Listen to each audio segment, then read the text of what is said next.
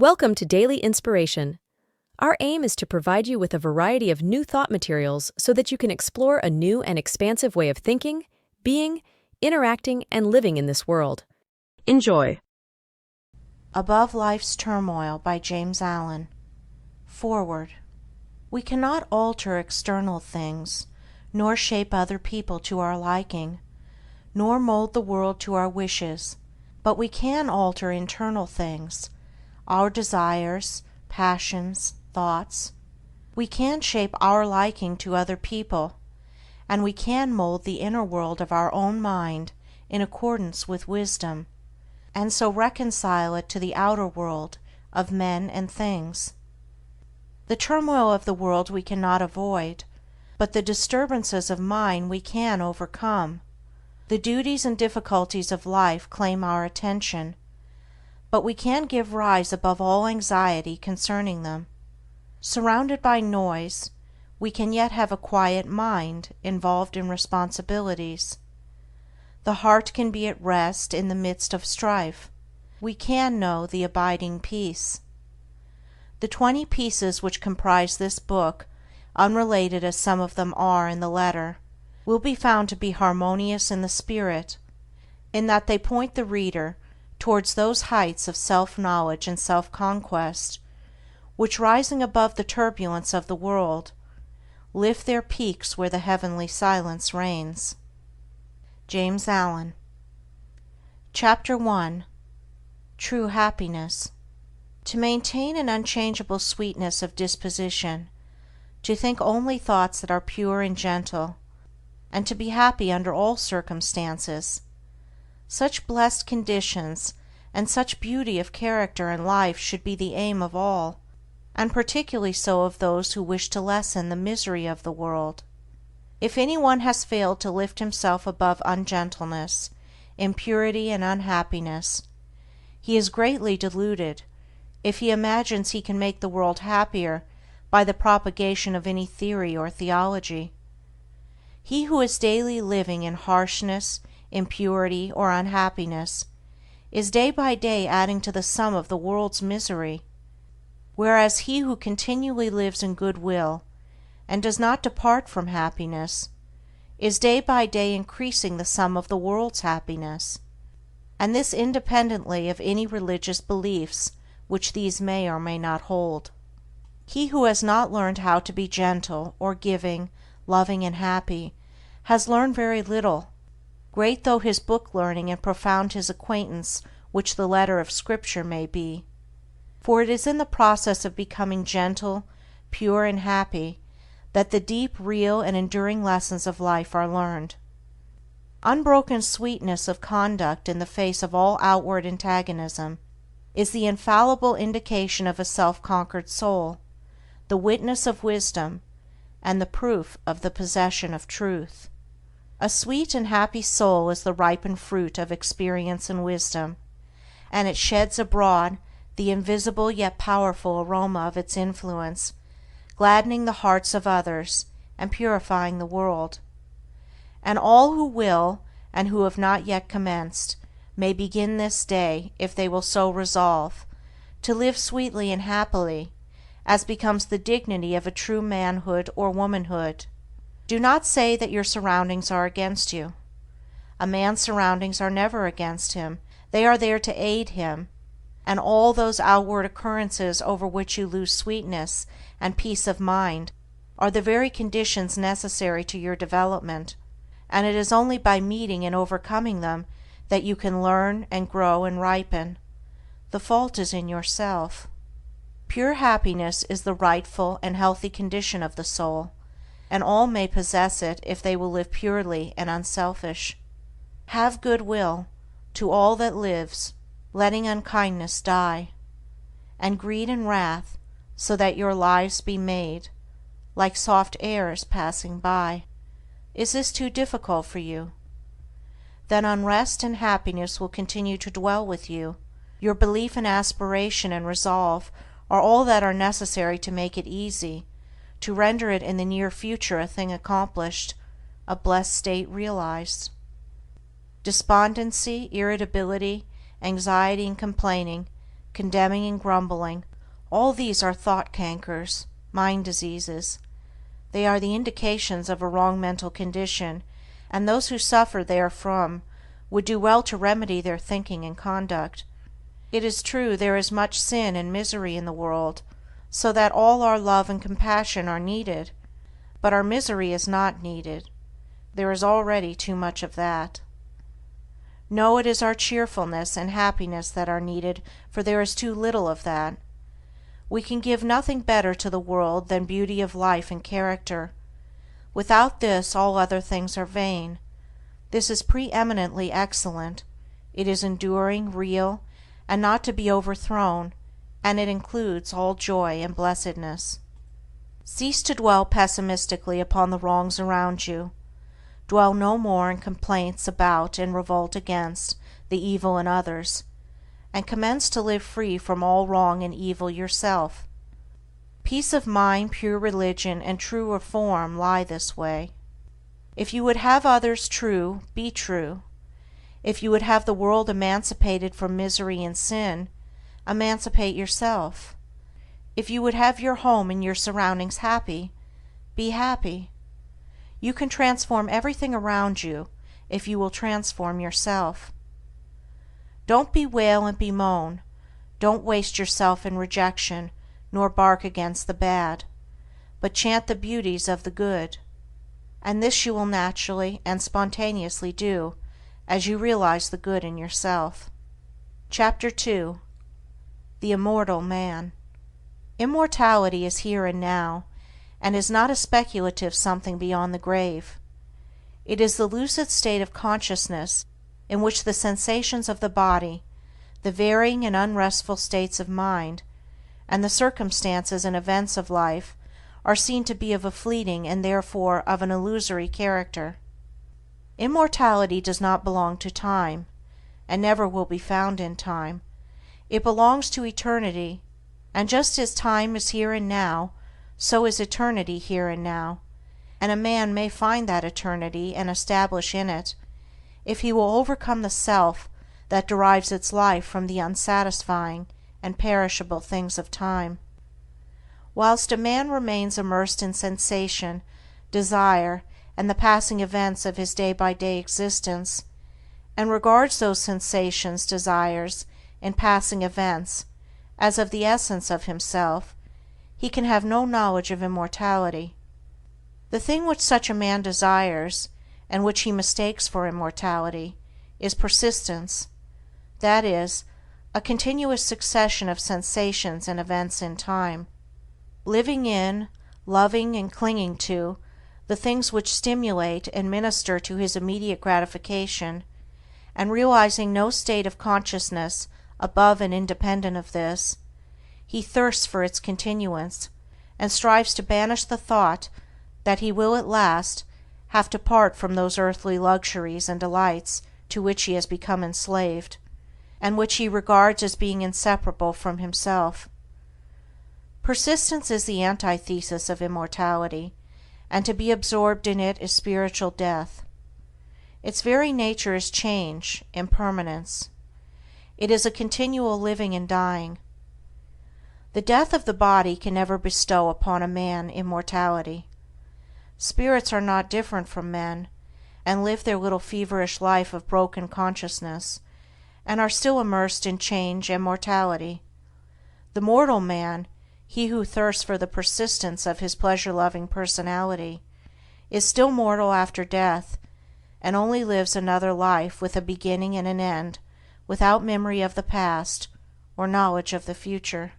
The immortal man is he who has detached himself from the things of time by having ascended into the state of consciousness which is fixed and unvariable, and is not affected by passing events and sensations. Human life consists of an ever-moving process of events, and in this procession the mortal man is immersed, and he is carried along with it, and being so carried along, he has no knowledge of what is behind and before him. The immortal man is he who has stepped out of this procession, and he stands by unmoved and watches it, and from his fixed place he sees both the before, the behind, and the middle of the moving thing called life. no longer identifying himself with the sensations and fluctuations of the personality, or with the outward changes which make up the life in time. He has become the passionless spectator of his own destiny and of the destinies of the men and nations. The mortal man also is one who is caught in a dream, and he neither knows that he was formerly awake nor that he will awake again. He is a dreamer without knowledge, nothing more. The immortal man is as one who has awakened out of his dream, and he knows that his dream was not an enduring reality, but a passing illusion. He is a man with knowledge, the knowledge of both states, that of persistence and that of immortality, and is in full possession of himself. The mortal man lives in the time or world state of consciousness, which begins and ends. The immortal man lives in the cosmic or heaven state of consciousness, in which there is neither beginning nor end, but an eternal now. Such a man remains poised and steadfast under all changes, and the death of his body will not in any way interrupt the eternal consciousness in which he abides. Of such a one it is said, "He shall not taste of death," because he has stepped out of the stream of mortality and established himself in the abode of truth. Bodies, personalities, nations and worlds pass away, but truth remains, and its glory is undimmed by time. The immortal man then is he who has conquered himself, who no longer identifies with the self-seeking forces of the personality, but who has trained himself to direct those forces with the hand of a master, and so has brought them into harmony with the causal energy and the source of all things. The fret and fever of life has ceased, doubt and fear are cast out, and death is not for him who has realized the fadeless splendor of that life of truth, by adjusting heart and mind to the eternal and unchangeable verities. The overcoming of self.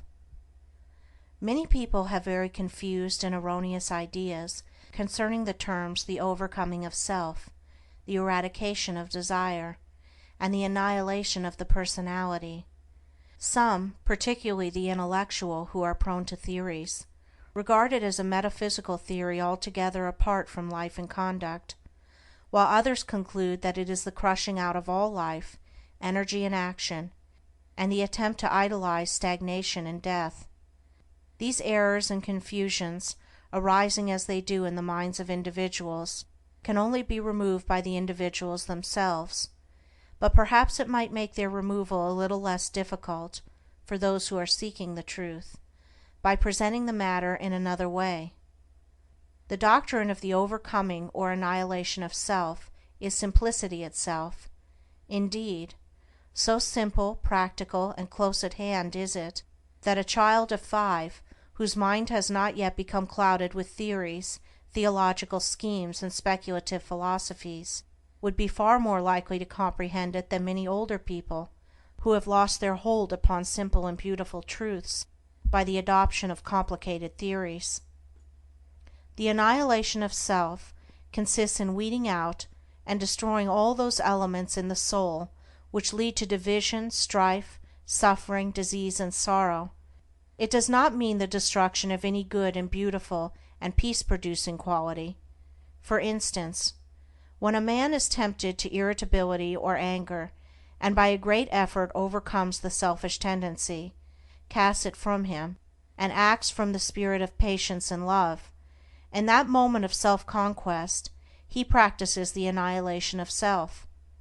Every noble man practices it in part, though he may deny it in his own words, and he who carries out this practice to its completion, eradicating every selfish tendency until only the divinely beautiful qualities remain, he is said to have annihilated the personality, all the personal elements, and to have arrived at truth. The self which is to be annihilated is composed of the following 10 worthless and sorrow-producing elements: lust, hatred, avarice, self-indulgence, self-seeking, vanity, pride, doubt, dark belief, delusion. It is the total abandonment, the complete annihilation of these 10 elements, for they comprise the body of desire.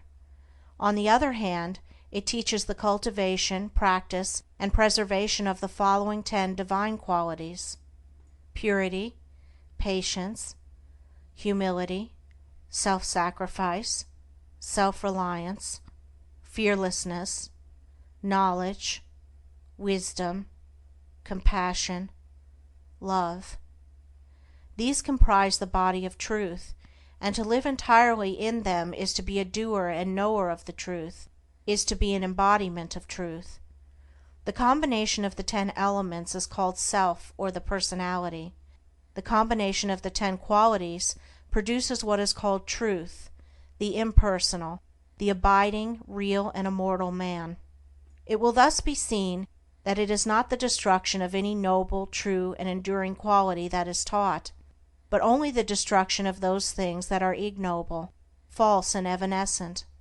Neither is this overcoming of self the deprivation of gladness, happiness, and joy, but rather it is the constant possession of these things by living in the joy-begetting qualities.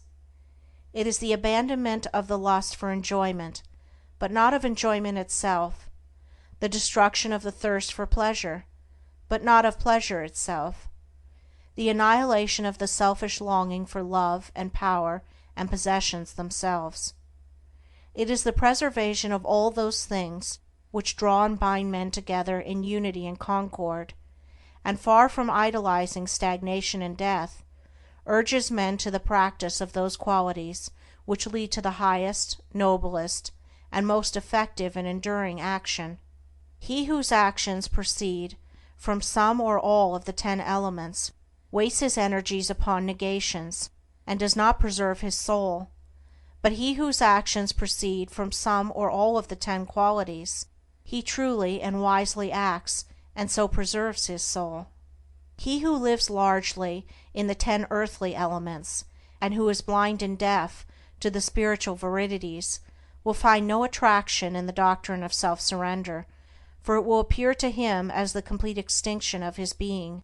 But he who is endeavoring to live in the 10 heavenly qualities will see the glory and beauty of the doctrine, and will know it as the foundation of life eternal. He will also see that when men apprehend and practice it, industry, commerce, government, and every worldly activity will be purified, and action, purpose, and intelligence, instead of being destroyed, will be intensified and enlarged, but free from strife and pain. Chapter 4. The Uses of Temptation. The soul, in its journey towards perfection, passes through 3 distinct stages. The first is the animal stage, in which the man is content to live in the gratification of his senses, unawakened to the knowledge of sin or of his divine inheritance, and altogether unconscious of the spiritual possibilities within himself. The second is the dual stage, in which the mind is continually oscillating between its animal and divine tendencies, having become awakened to the consciousness of both. It is during this stage that temptation plays its part in the progress of the soul.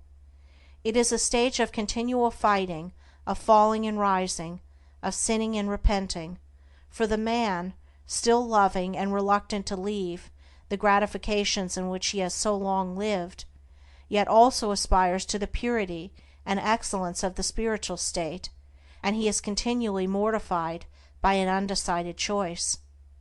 Urged on by the divine life within him, this stage becomes at last one of deep anguish and suffering, and then the soul is ushered into the third stage, that of knowledge, in which the man rises above both sin and temptation, and enters into peace.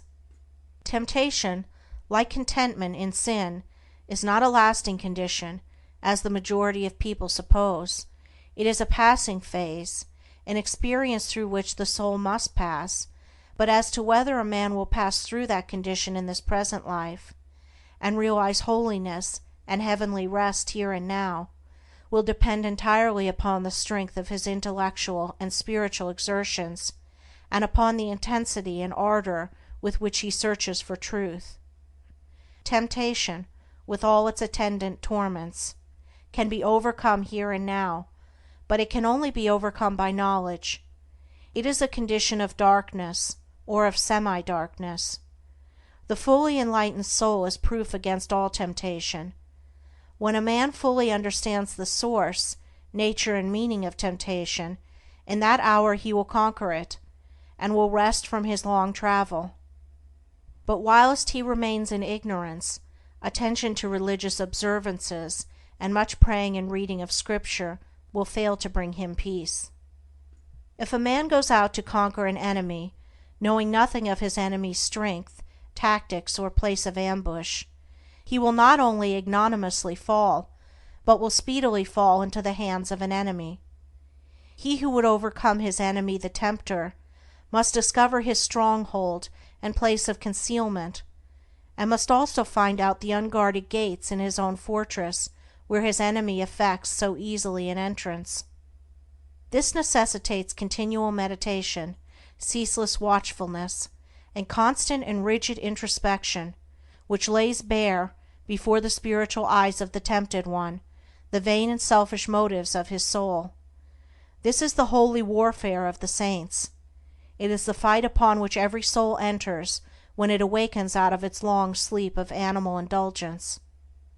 Men fail to conquer, and the fight is indefinitely prolonged, because they labor, almost universally, under two delusions: first, that all temptations come from without, and second, that they are tempted because of their goodness.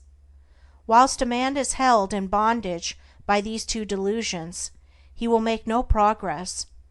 When he has shaken them off, he will pass on rapidly from victory to victory, and will taste of spiritual joy and rest. Two searching truths must take the place of these two delusions, and those truths are: first, that all temptation comes from within, and second, that a man is tempted because of the evil that is within him. The idea that God, a devil, evil spirits, or outward objects are the source of temptation must be dispelled. The source and cause of all temptation is in the inward desire. That being purified or eliminated, outward objects and extraneous powers are utterly powerless to move the soul to sin or to temptation. The outward object is merely the occasion of the temptation, never the cause. This is the desire of the one tempted. If the cause existed in the object, all men would be tempted alike, temptation could never be overcome, and men would be hopelessly doomed to endless torment. But seated, as it is, in his own desires, he has the remedy in his own hands, and can become victorious over all temptation by purifying those desires. A man is tempted because there are within him certain desires or states of mind which he has come to regard as unholy. These desires may lie asleep for a long time, and the man may think that he has gotten rid of them, when suddenly, on the presentation of an outward object, the sleeping desire wakes up and thirsts of immediate gratification, and this is the state of temptation. The good in man is never tempted. Goodness destroys temptation. It is the evil in a man that is aroused and tempted. The measure of a man's temptations is the exact register of his own unholiness. As a man purifies his heart, temptation ceases, for when a certain unlawful desire has been taken out of the heart, the object which formerly appealed to it can no longer do so, but becomes dead and powerless, for there is nothing left in the heart that can respond to it. The honest man cannot be tempted to steal, let the occasion be ever so opportune. The man of purified appetites cannot be tempted to gluttony and drunkenness, though the viands and wines be the most luscious. He of an enlightened understanding, whose mind is calm in the strength of inward virtue, can never be tempted to anger, irritability, or revenge, and the wiles and charms of the wanton fall upon the purified heart as empty, meaningless shadows. Temptation shows a man just where he is sinful and ignorant, and is a means of urging him on to higher altitudes of knowledge and purity. Without temptation, the soul cannot grow and become strong, there could be no wisdom, no real virtue, and though there would be lethargy and death, there could be no peace and no fullness of life.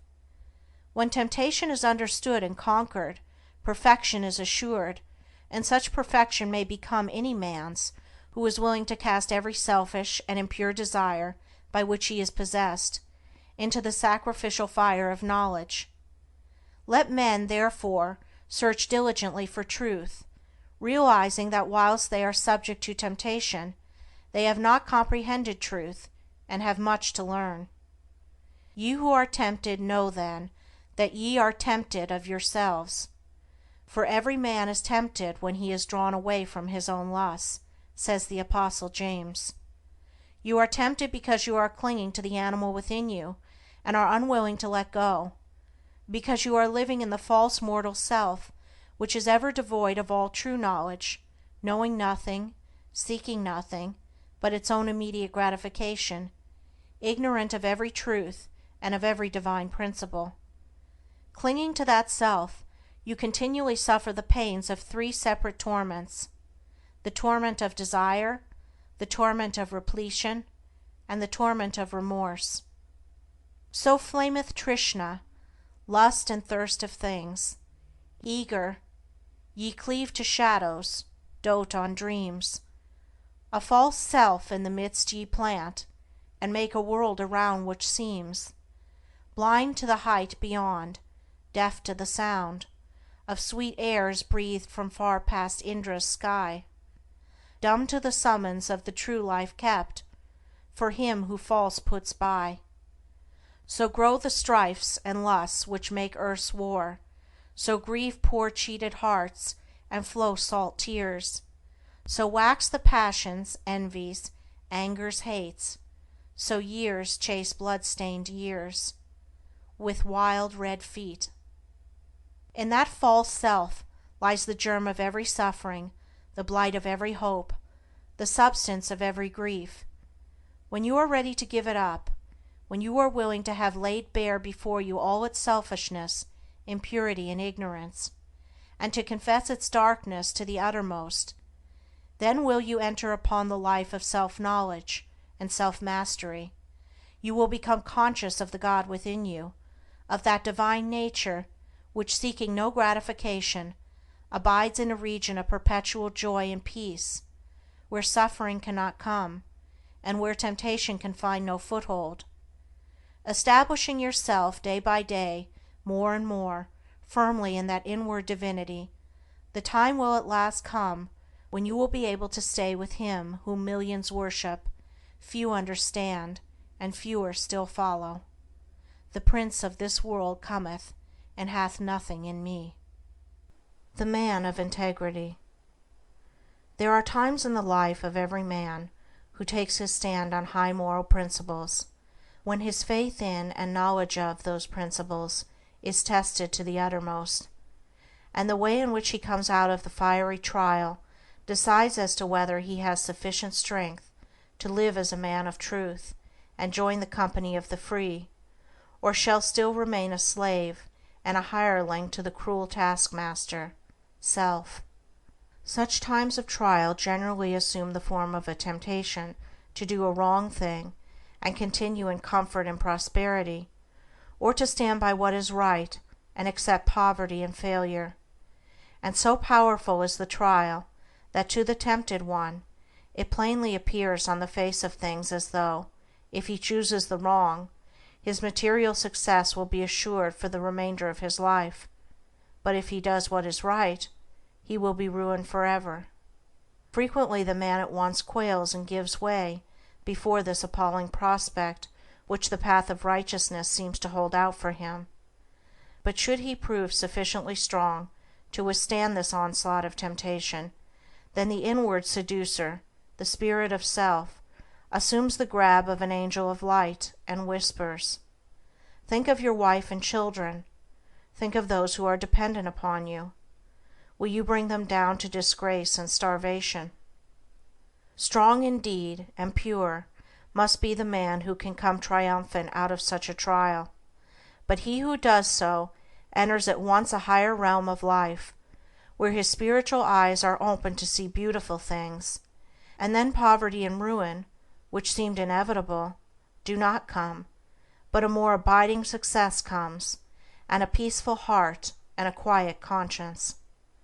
But he who fails does not obtain the promised prosperity, and his heart is restless and his conscience troubled. The right doer cannot ultimately fail, the wrongdoer cannot ultimately succeed. For such is the law which moves to righteousness, which none at last can turn aside or stray. And it is because justice is at the heart of things, because the great law is good, that the man of integrity is superior to fear and failure and poverty and shame and disgrace. As the poet further says of this law, "The heart of its love, the end of it, is peace and consummation, sweet obey." The man who, fearing the loss of present pleasures or material comforts, denies the truth within him, can be injured and robbed and degraded and trampled upon, because he first injured, robbed, and degraded and trampled upon his own nobler self. But the man of steadfast virtue, of unblemished integrity, cannot be subject to such conditions, because he has denied the craven self within him and has taken refuge in truth. It is not the scourge and the chains which make a man a slave, but the fact that he is a slave.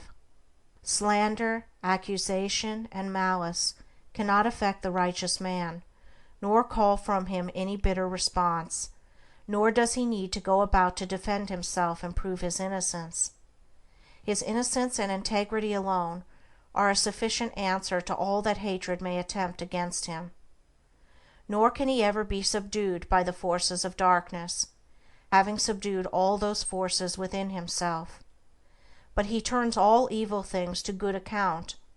Out of darkness he brings light, out of hatred love, out of dishonor honor, and slanders, envies, and misrepresentations only serve to make more bright the jewel of truth within him, and to glorify his high and holy destiny. Let the man of integrity rejoice, and be glad when he is severely tried. Let him be thankful that he has been given an opportunity of proving his loyalty to the noble principles which he has espoused. And let him think, now is the hour of holy opportunity, now is the day of triumph for truth. Though I lose the whole world, I will not desert the right. So thinking, he will return good for evil, and will think compassionately of the wrongdoer. The slanderer, the backbiter, and the wrongdoer may seem to succeed for a time, but the law of justice prevails.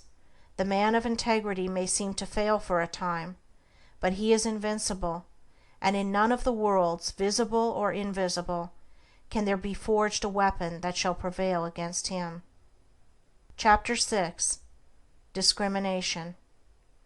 There is one quality which is preeminently necessary to spiritual development, the quality of discrimination. A man's spiritual progress will be painfully slow and uncertain until there opens with him the eye of discrimination, for without this testing, proving, searching quality, he will but grope in the dark, will be unable to distinguish the real from the unreal, the shadow from the substance, and will so confuse the false with the true as to mistake the inward promptings of his animal nature for those of the Spirit of Truth. A blind man, left in a strange place, may go grope his way in the darkness, but not without much confusion and many painful falls and bruisings.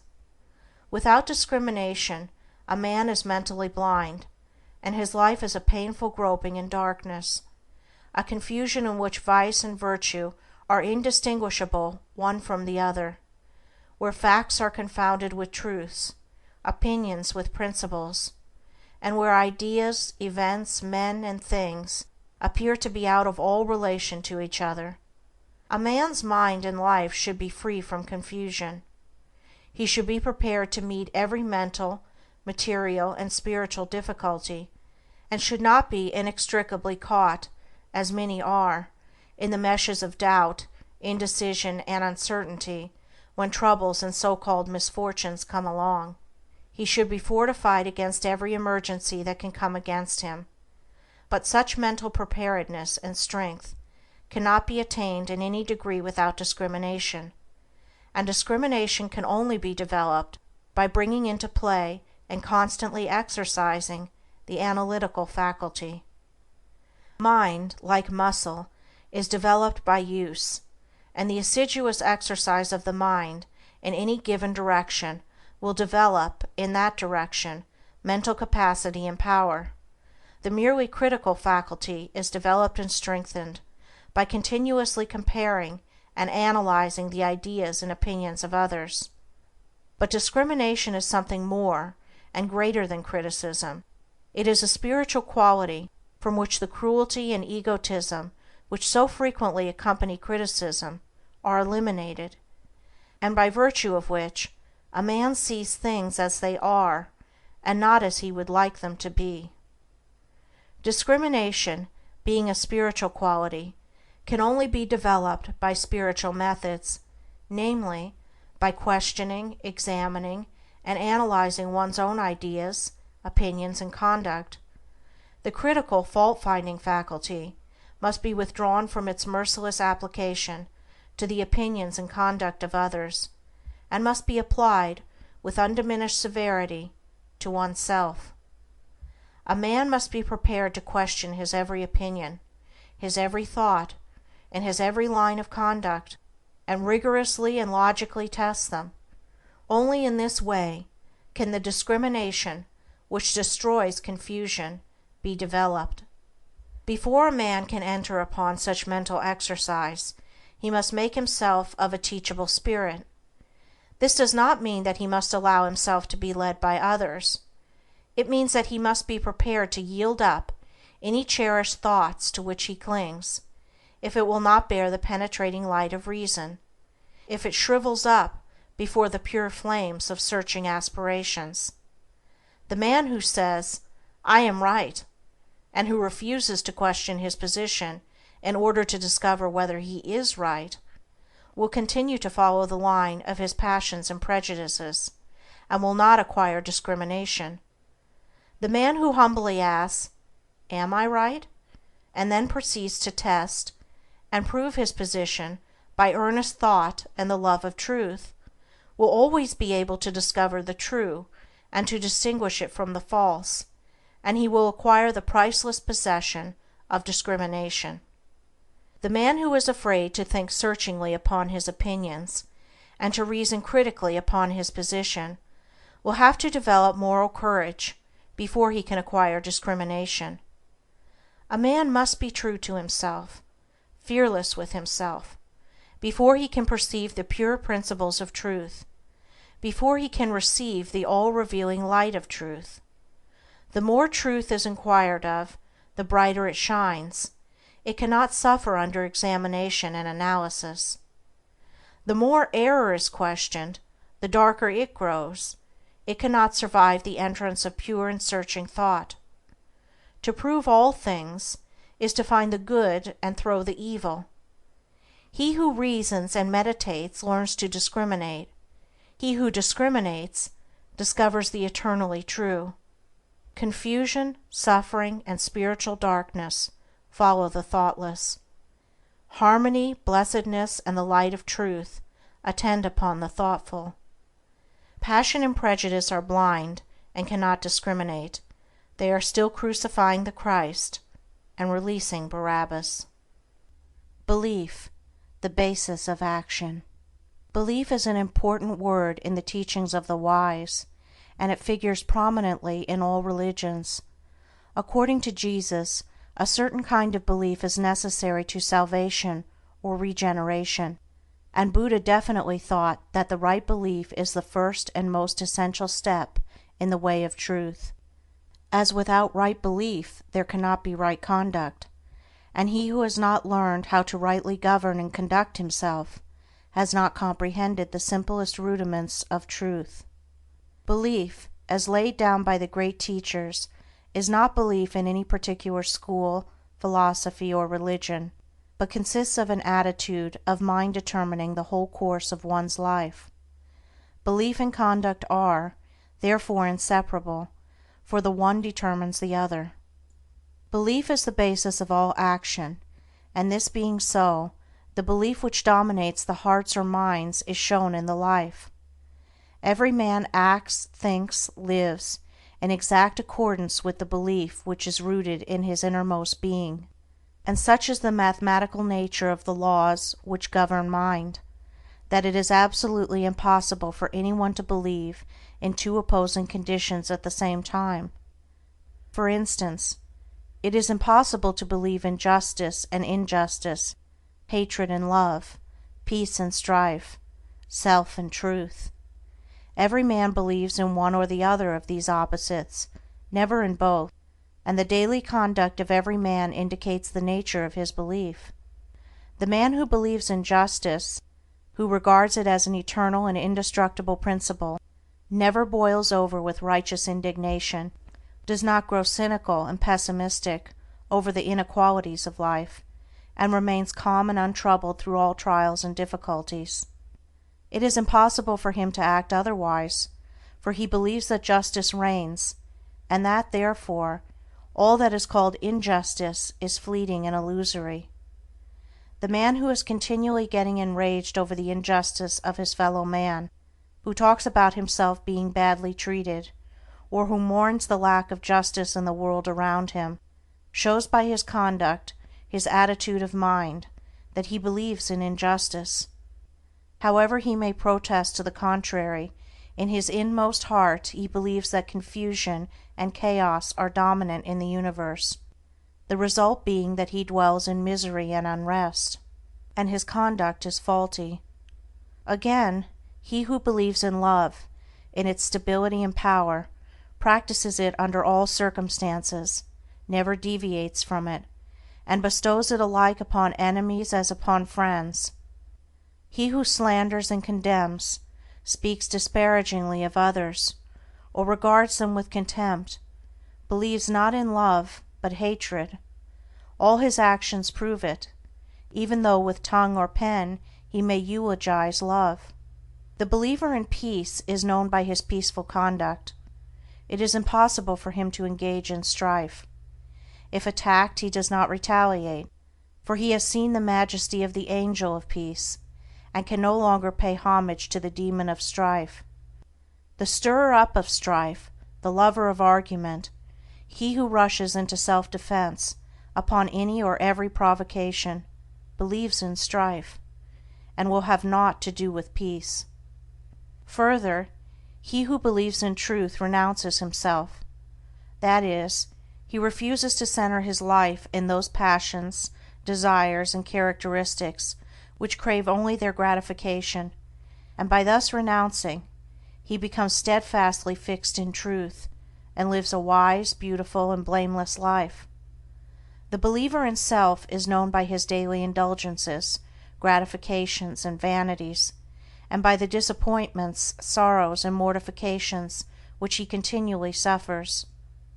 The believer in truth does not suffer, for he has given up that self which is the cause of such suffering.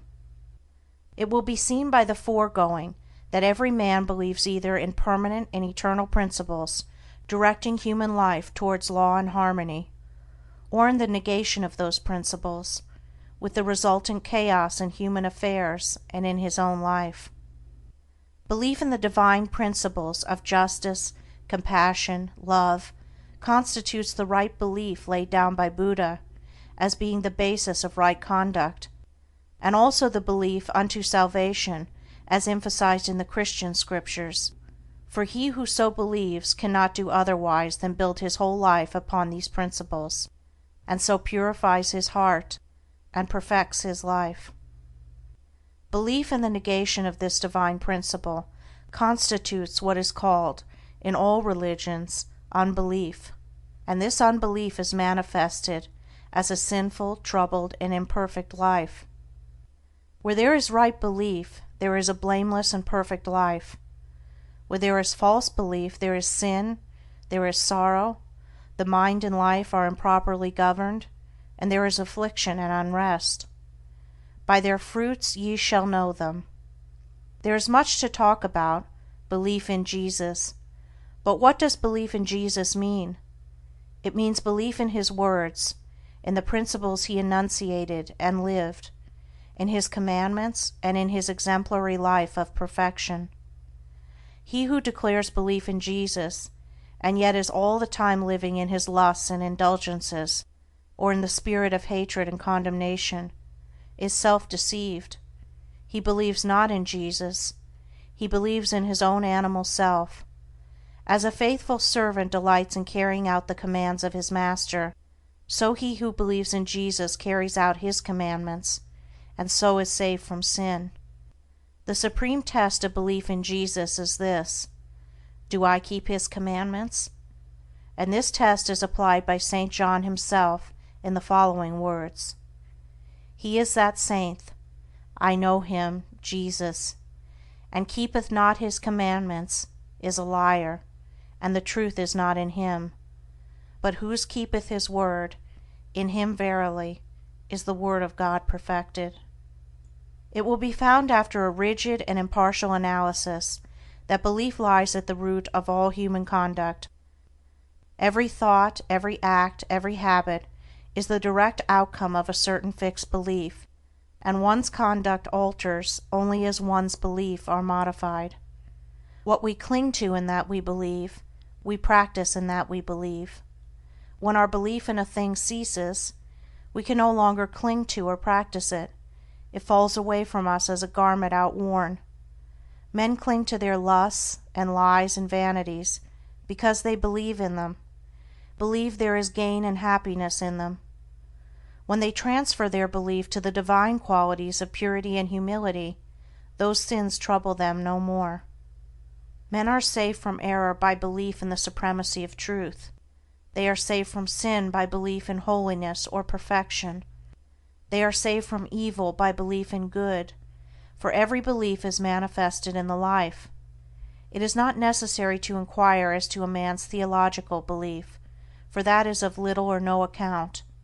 For what can it avail a man to believe that Jesus died for him, or that Jesus is God, or that he is justified by faith, if he continues to live in his lower sinful nature? All that is necessary to ask is this: how does a man live? How does he conduct himself under trying circumstances? The answer to these questions will show whether a man believes in the power of evil or in the power of good. He who believes in the power of good lives a good spiritual or godly life, for goodness is God, yea, verily is God Himself, and he will soon leave behind him all sins and sorrows, who believes, with steadfast and unwavering faith, in the Supreme Good. Chapter 8. The Belief that Saves.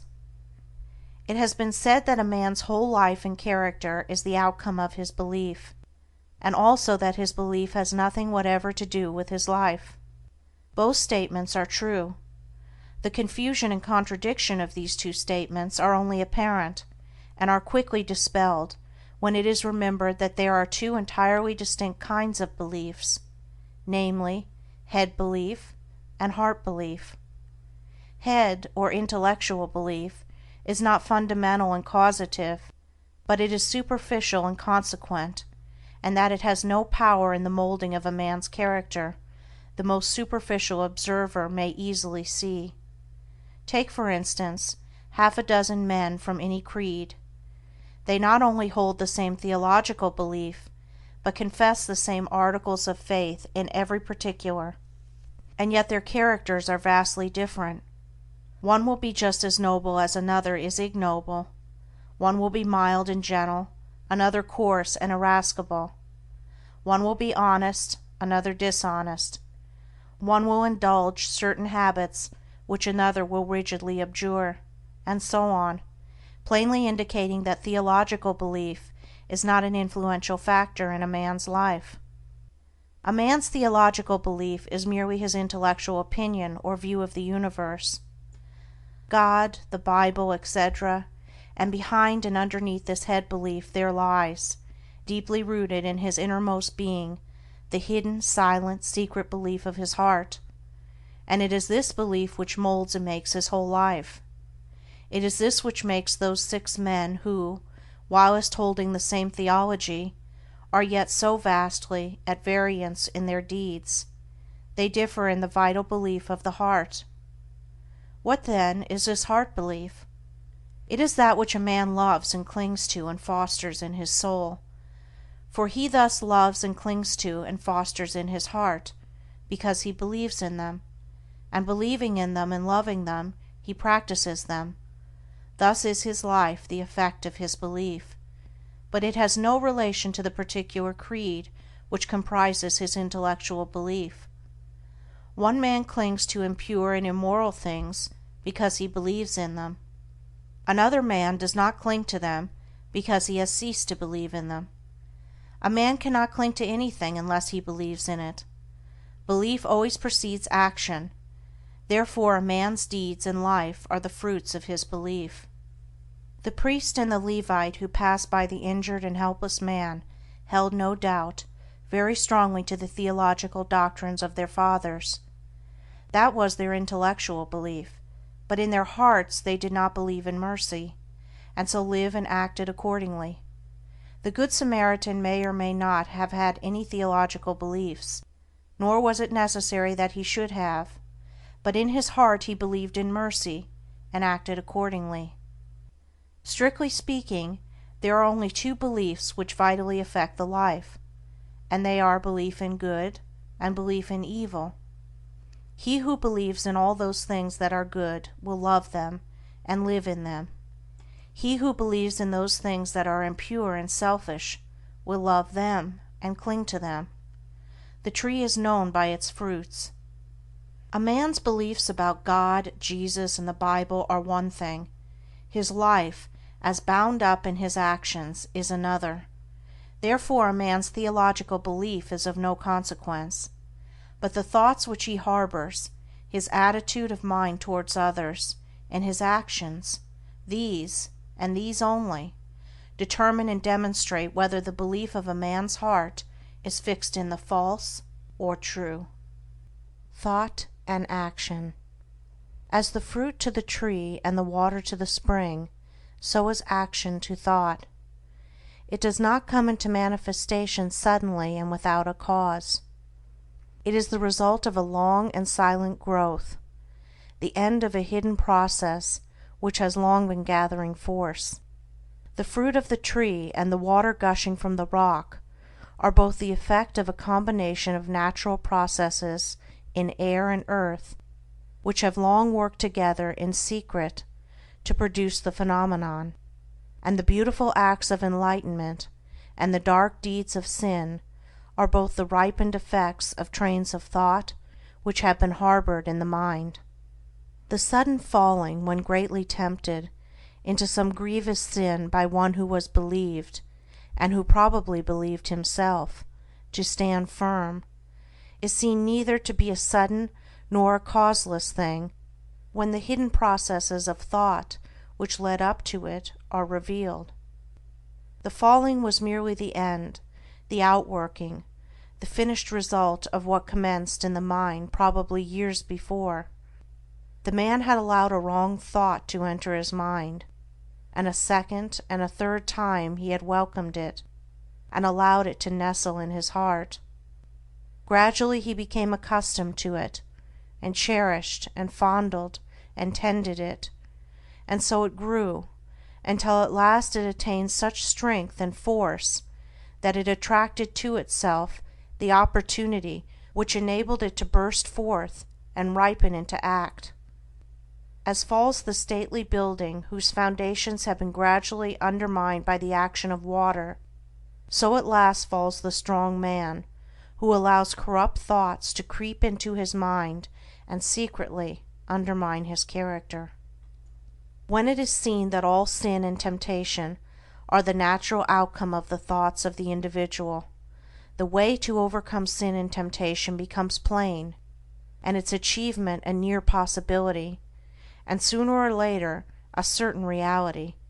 For if a man will admit, cherish, and brood upon thoughts that are pure and good, those thoughts, just as surely as the impure, will grow and gather force, and will at last attract to themselves the opportunities which will enable them to ripen into act.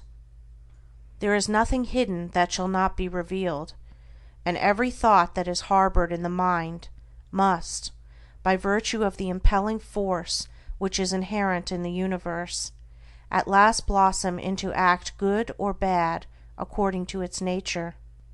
The divine teacher and the sensualist are both the product of their own thoughts, and have become what they are as the result of the seeds of thought which they have implanted, are allowed to fall into the garden of the heart, and have afterwards watered, tended, and cultivated. Let no man think he can overcome sin and temptation by wrestling with opportunity. He can only overcome them by purifying his thoughts, and if he will day by day, in the silence of his soul and in the presence of his duties, strenuously overcome all erroneous inclination, and put in its place thoughts that are true and that will endure the light, opportunity to do evil will give place to opportunity for accomplishing good, for a man can only attract that to him which is in harmony with his nature, and no temptation can gravitate to a man unless there is that in his heart which is capable of responding to it. Guard well your thoughts, reader, for what you really are in your secret thoughts today, be it good or evil, you will, sooner or later, become an actual deed. He who unwearyingly guards the portals of his mind against the intrusion of sinful thoughts, and occupies himself with loving thoughts, with pure, strong, and beautiful thoughts, will, when the season of their ripening comes, bring forth the fruits of gentle and holy deeds, and no temptation that can come against him shall find him unarmed or unprepared. Chapter 10. Your Mental Attitude. As a being of thought, your dominant mental attitude will determine your conditions in life. It will also be the gauge of your knowledge and the measure of your attainment. The so-called limitations of your nature are the boundary lines of your thoughts. They are self-erected fences, and can be drawn to a narrower circle, extended to a wider, or be allowed to remain. You are the thinker of your thoughts, and as such you are the maker of yourself and condition. Thought is causal and creative, and appears in your character and life in the form of results. There are no accidents in your life. Both its harmonies and antagonisms are the responsive echoes of your thoughts. A man thinks, and his life appears. If your dominant mental attitude is peaceable and lovable, bliss and blessedness will follow you. If it be resistant and hateful, trouble and distress will cloud your pathway. Out of ill will come grief and disaster. Out of good will, healing and reparation. You imagine your circumstances as being separate from yourself, but they are intimately related to your thought world. Nothing appears without an adequate cause. Everything that happens is just. Nothing is fated. Everything is formed. As you think, you travel. As you love, you attract. You are today where your thoughts have brought you. You will be tomorrow where your thoughts take you. You cannot escape the result of your thoughts, but you can endure and learn, can accept and be glad. You will always come to the place where your love, your most abiding and intense thought, can receive its measure of gratification. If your love be base, you will come to a base place. If it be beautiful, you will come to a beautiful place. You can alter your thoughts, and so alter your condition.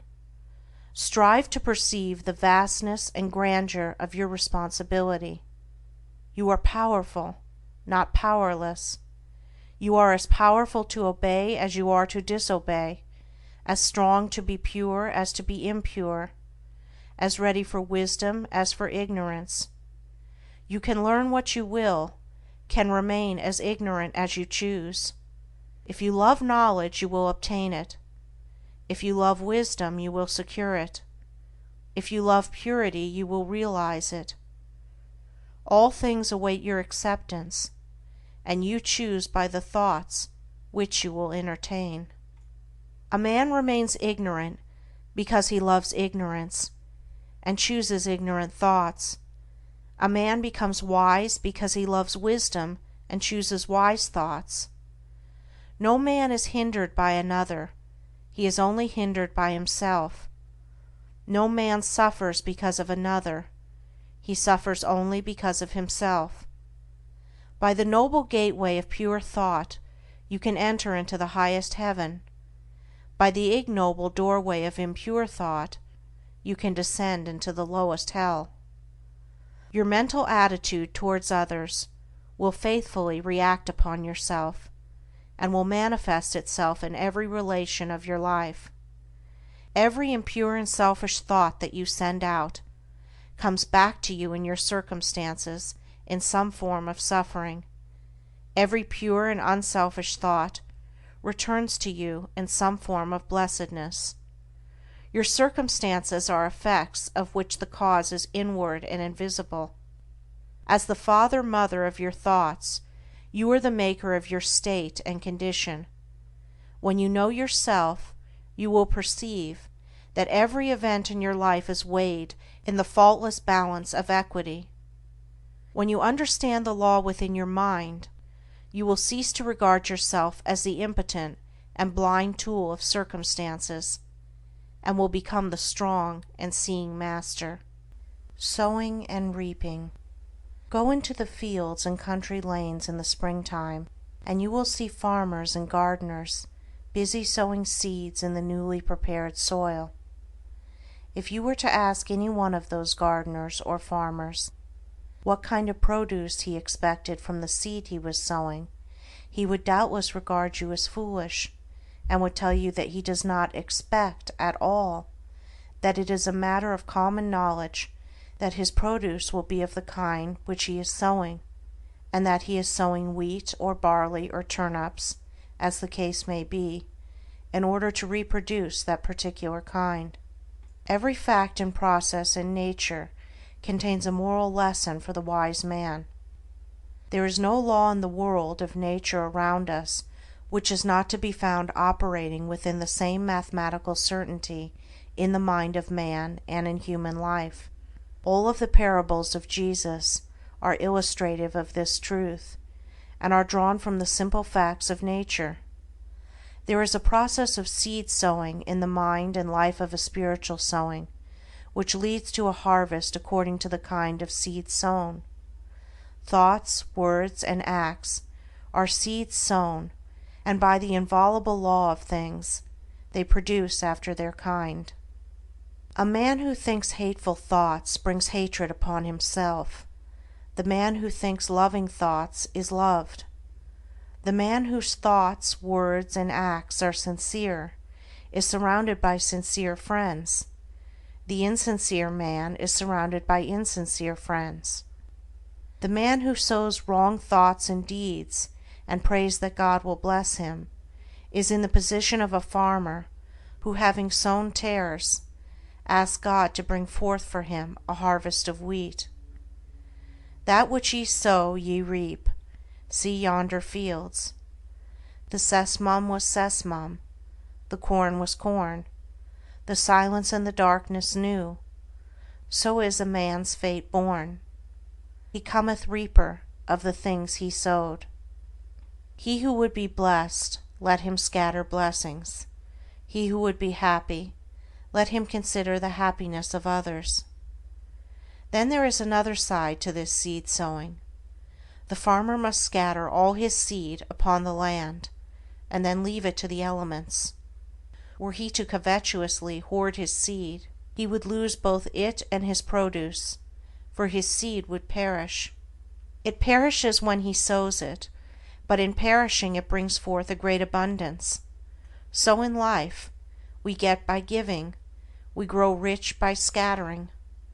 The man who says he is in possession of knowledge which he cannot give out because the world is incapable of receiving it, either does not possess such knowledge, or if he does, will soon be deprived of it, if he is not already so deprived. To hoard is to lose. To exclusively retain is to be dispossessed. Even the man who would increase his material wealth must be willing to part with, invest, what little capital he has, and then wait for the increase. So long as he retains his hold on his precious money, he will not only remain poor, but will be growing poorer every day. He will, after all, lose the thing he loves, and will lose it without increase. But if he wisely lets it go, if, like the farmer, he scatters his seeds of gold, then he can faithfully wait for, and reasonably expect, the increase. Men are asking God to give them peace and purity, and righteousness and blessedness, but are not obtaining these things. And why not? Because they are not practicing them, not sowing them. I once heard a preacher pray very earnestly for forgiveness, and shortly afterwards, in the course of his sermon, he called upon his congregation to show no mercy to the enemies of the church. Such self-delusion is pitiful, and men have yet to learn that the way to obtain peace and blessedness is to scatter peaceful and blessed thoughts, words, and deeds. Men believe that they can sow the seeds of strife, impurity, and unbrotherliness, and then gather in a rich harvest of peace, purity, and concord by merely asking for it. What more pathetic sight than to see an irritable and quarrelsome man praying for peace? Men reap that which they sow, and any man can reap all blessedness, now and at once, if he will put aside selfishness, and sow broadcast the seeds of kindness, gentleness, and love. If a man is troubled, perplexed, sorrowful, or unhappy, let him ask, what mental seeds have I been sowing? What seeds am I sowing? What have I done for others? What is my attitude towards others? What seeds of trouble and sorrow and unhappiness have I sown, that I should thus reap these bitter weeds? Let him seek within and find, and having found, let him abandon all the seeds of self, and sow henceforth only the seeds of truth. Let him learn of the farmer the simple truths of wisdom. Chapter 12. The Reign of Law. The little party gods have had their day. The arbitrary gods, creatures of human caprice and ignorance, are falling into disrepute. Men have quarreled over and defended them until they have grown weary of the strife, and now everywhere they are relinquishing and breaking up these helpless idols of their long worship. The god of revenge, hatred, and jealousy, who gloats over the downfall of his enemies, the partial god who gratifies all of our narrow and selfish desires, the god who saves only the creatures of his particular special creed, the god of exclusiveness and favoritism. Such were the gods, miscalled by us God, of our soul's infancy, gods base and foolish as ourselves, the fabrications of our selfish self, and we relinquished our petty gods with bitter tears and misgivings, and broke our idols with bleeding hands. But in so doing we did not lose sight of God, nay, we drew nearer to the great, silent heart of love. Destroying the idols of self, we begin to comprehend somewhat of the power which cannot be destroyed, and entered into a wider knowledge of the God of love, of peace, of joy, the God in whom revenge and partiality cannot exist, the God of light, from whose presence the darkness of fear and doubt and selfishness cannot choose but flee. We have reached one of those epochs in the world's progress which witnesses the passing of the false gods, the gods of human selfishness and human illusion. The new old revelation of one universal impersonal truth has again dawned upon the world, and its searching light has carried consternation to the perishable gods who take shelter under the shadow of self. Men have lost faith in a God who can be cajoled, who rules arbitrarily and capriciously, subverting the whole order of things to gratify the wishes of his worshippers, and are turning, with a new light in their eyes and a new joy in their hearts, to the God of law. And to him they turn, not for personal happiness and gratification, but for knowledge, for understanding, for wisdom, for liberation from the bondage of self. And thus turning, they do not seek in vain, nor are they sent away empty and discomfited. They find within themselves the reign of law, that every thought, every impulse, every act and word brings about a result in exact accordance with its own nature, that thoughts of love bring about beautiful and blissful conditions, that hateful thoughts bring about distorted and painful conditions, that thoughts and acts, good and evil, are weighed in the faultless balance of the supreme law, and receive their equal measure of blessedness on the one hand and misery on the other. And thus finding, they enter a new path, the path of obedience to the law. Entering that path, they no longer accuse, no longer doubt, no longer fret and despond, for they know that God is right, the universal laws are right, the cosmos is right, and that they themselves are wrong, if wrong there is, and that their salvation depends upon themselves, upon their own efforts, upon their personal acceptance of that which is good, and deliberate rejection of that which is evil. No longer merely hearers, they become doers of the word, and they acquire knowledge, they receive understanding, they grow in wisdom, and they enter into the glorious life of liberation from the bondage of self. The law of the Lord is perfect, enlightening the eyes. Imperfection lies in man's ignorance, in man's blind folly. Perfection, which is knowledge of the perfect law, is ready for all who earnestly seek it. It belongs to the order of things. It is yours and mine now, if we will only put self-seeking on one side, and adopt the life of self-obliteration. The knowledge of truth, with its unspeakable joy, its calmness and quiet strength, is not for those who persist in clinging to their rights, defending their interests, and fighting for their opinions, whose works are imbued with the personal I, and who build upon the shifting sands of selfishness and egotism. It is for those who renounce these causes of strife, these sources of pain and sorrow, and they are, indeed, children of truth, disciples of the Master, worshippers of the Most High. The children of truth are in the world today. They are thinking, acting, writing, speaking, yea, even prophets are among us, and their influence is pervading the whole earth. An undercurrent of holy joy is gathering force in the world, so that men and women are moved with new aspirations and hopes, and even those who neither see nor hear feel within themselves strange yearnings after a better and fuller life. The law reigns, and it reigns in men's hearts and lives, and they have come to understand the reign of law who have sought out the tabernacle of the true God by the fair pathway of unselfishness. God does not alter for men, for this would mean that the perfect must become imperfect. Man must alter for God, and this implies that the imperfect must become perfect.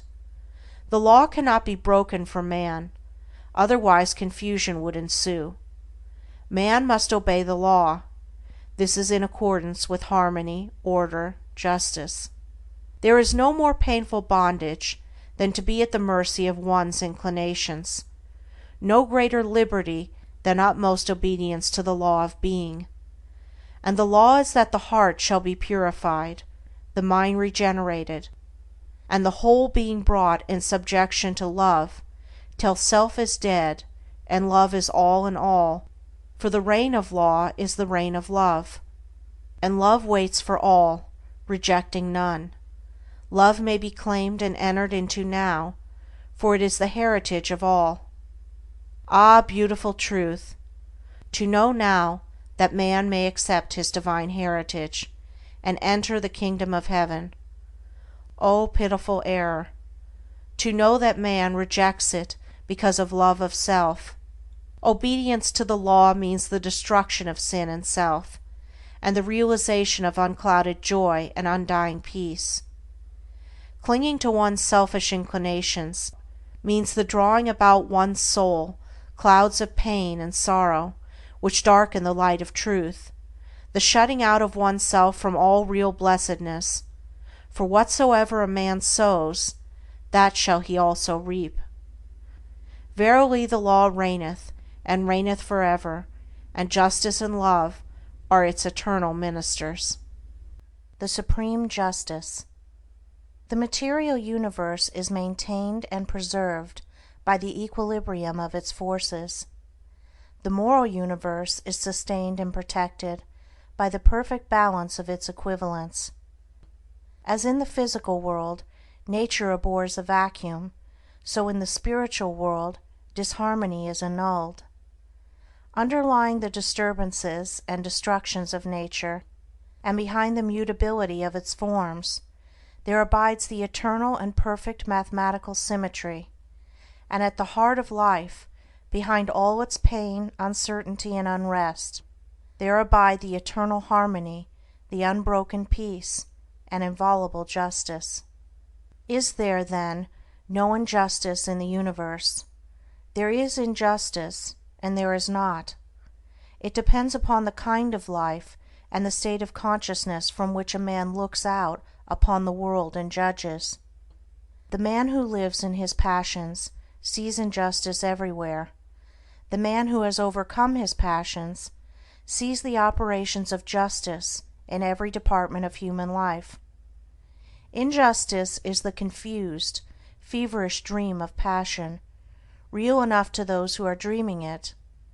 Justice is the permanent reality in life, gloriously visible to those who have wakened out of the painful nightmare of self. The divine order cannot be perceived until passion and self are transcended. The faultless justice cannot be apprehended until all sense of injury and wrong is consumed in the pure flames of all-embracing love. The man who thinks, "I have been slighted, I have been injured, I have been insulted, I have been treated unjustly," cannot know what justice is. Blinded by self, he cannot perceive the pure principles of truth, and brooding upon his wrongs, he lives in continual misery. In the region of passion there is a ceaseless conflict of forces, causing suffering to all who are involved in them. There is action and reaction, deed and consequence, cause and effect, and within and above all is the divine justice, regulating the play of forces with the utmost mathematical accuracy, balancing cause and effect with the finest precision. But this justice is not perceived, cannot be perceived, by those who are engaged in the conflict. Before this can be done, the fierce warfare of passion must be left behind. The world of passion is the abode of schisms, quarrelings, wars, lawsuits, accusations, condemnations, impurities, weaknesses, follies, hatreds, revenges, and resentments. How can a man perceive justice or understand truth who is even partly involved in the fierce play of its blinding elements? As well expect a man caught in the flames of a burning building to sit down and reason out the cause of the fire. In this realm of passion, men see injustice in the actions of others, because seeing only immediate appearances, they regard every act as standing by itself, undetached from cause and consequence. Having no knowledge of cause and effect in the moral sphere, men do not see the exacting and balancing process which is momentarily proceeding, nor do they ever regard their own actions as unjust, but only the actions of others. A boy beats a defenseless animal, then a man beats the defenseless boy for his cruelty, then a stronger man attacks the man for his cruelty to the boy. Each believes the other to be unjust and cruel, and himself to be just and humane. And doubtless most of all would the boy justify his conduct toward the animal as altogether necessary.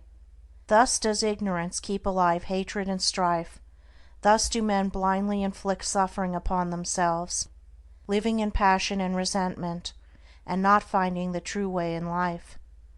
Hatred is met with hatred, passion with passion, strife with strife. The man who kills is himself killed. The thief who lives by depriving others is himself deprived. The beast that preys on others is hunted and killed. The accuser is accused. The condemner is condemned. The denouncer is persecuted. By this the slayer's knife doth stab himself. The unjust judge has lost his own defender. The false tongue dooms its lie, the creeping thief and spoiler robbed to render. Such is the law. Passion also has its active and passive sides. Fool and fraud, oppressor and slave, aggressor and retaliator, the charlatan and the superstitious, complement each other, and come together by the operation of the law of justice. Men unconsciously cooperate in the mutual production of affliction. The blind lead the blind, and both fall together into the ditch. Pain, grief, sorrow, and misery are the fruits of which passion is the flower. Where the passion-bound soul sees only injustice, the good man, who has conquered passion, sees cause and effect, sees the supreme justice. It is impossible for such a man to regard himself as treated unjustly, because he has ceased to see injustice. He knows that no one can injure or cheat him, having ceased to injure or cheat himself. However passionately or ignorantly men may act towards him, it cannot possibly cause him any pain, for he knows that whatever comes to him, it may be abuse and persecution, can only come as the effect of what he himself has formerly sent out. He therefore regards all things as good, rejoices in all things, loves his enemies and blesses them that curse him, regarding them as the blind but beneficent instruments by which he is enabled to pay his moral debts to the great law. The good man, having put away all resentment, retaliation, self-seeking, and egotism, has arrived at a state of equilibrium, and has thereby become identified with the eternal and universal equilibrium. Having lifted himself above the blind forces of passion, he understands those forces, contemplates them with a calm penetrating insight, like the solitary dweller upon a mountain who looks down upon the conflict of the storms beneath his feet. For him injustice has ceased, and he sees ignorance and suffering on the one hand, and enlightenment and bliss on the other. He sees that not only do the fool and the slave need his sympathy, but that the fraud and the oppressor are equally in need of it, and so his compassion is extended towards all. The supreme justice and the supreme love are one. Cause and effect cannot be avoided, consequences cannot be escaped. While a man is given to hatred, resentment, anger, and condemnation, he is subject to injustice as the dreamer to his dream, and cannot do otherwise than see injustice. But he who has overcome those fiery and binding elements knows that unerring justice presides over all, and in reality there is no such thing as injustice in the whole of the universe. Chapter 14. The Use of Reason. We have heard it said that reason is a blind guide, and that it draws men away from truth rather than leads them to it.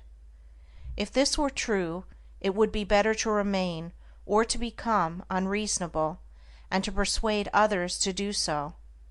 We have found, however, that the diligent cultivation of the divine faculty of reason brings about calmness and mental poise, and enables one to meet cheerfully the problems and difficulties of life. It is true that there is a higher light than reason, even that of the Spirit of Truth itself, but without the aid of reason, truth cannot be apprehended. They who refuse to trim the lamp of reason will never, whilst they so refuse, perceive the light of truth, for the light of reason is a reflection of that light. Reason is a purely abstract quality, and comes midway between the animal and divine consciousness in man, and leads, if rightly employed, from the darkness of one to the light of the other. It is true that reason may be enlisted in the service of the lower, self-seeking nature, but this is only a result of its partial and imperfect exercise. A fuller development of reason leads away from the selfish nature, and ultimately allies the soul with the highest, the divine.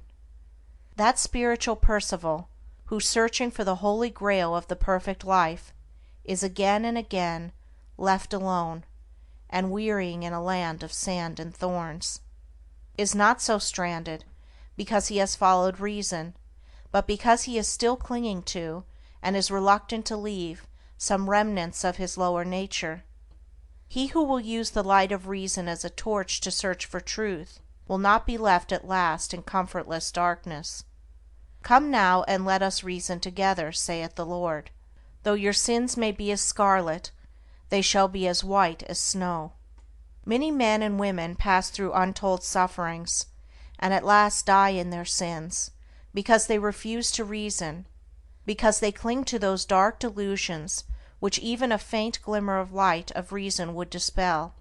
And all must use their reason freely, fully, and faithfully, who would exchange the scarlet robe of sin and suffering for the white garment of blamelessness and peace.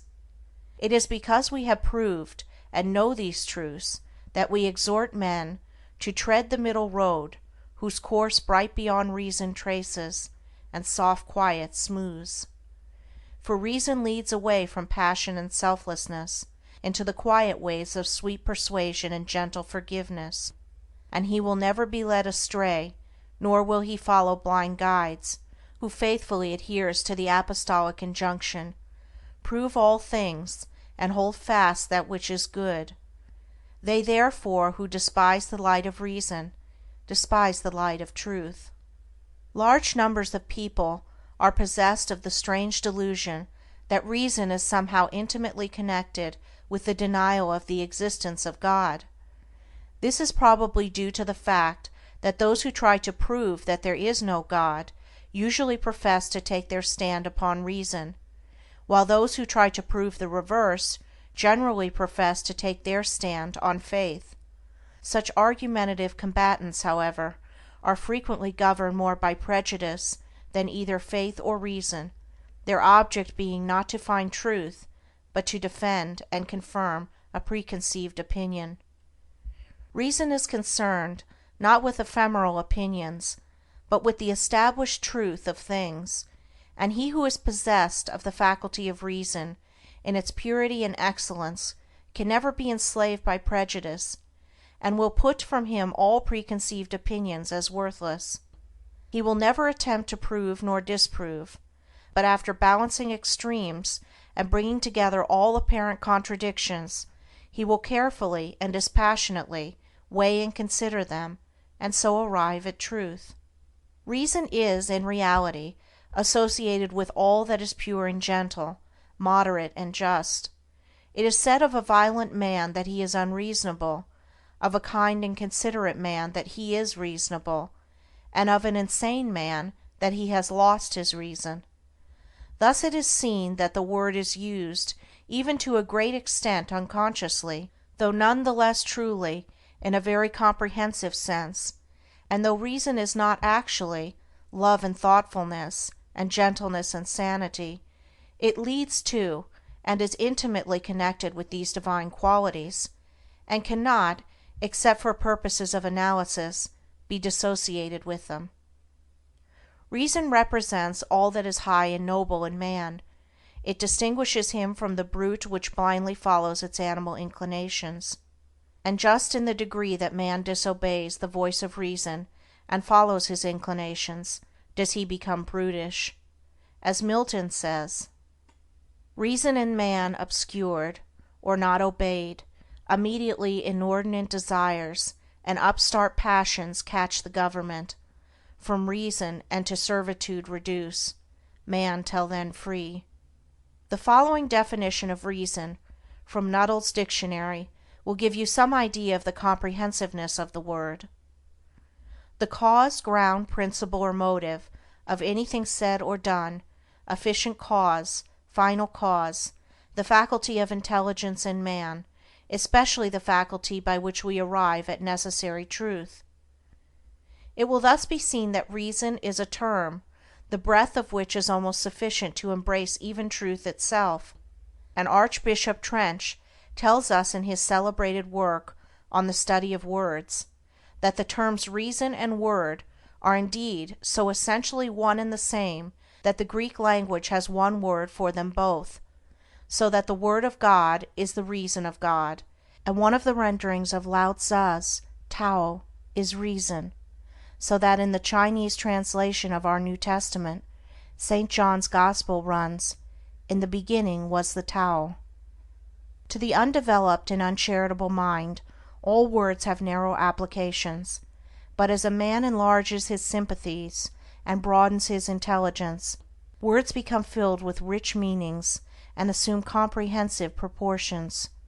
Let us therefore cease from foolish quarrellings about words, and like reasonable beings, search for principles and practice those things which make for unity and peace. Self-discipline. A man does not live until he begins to discipline himself.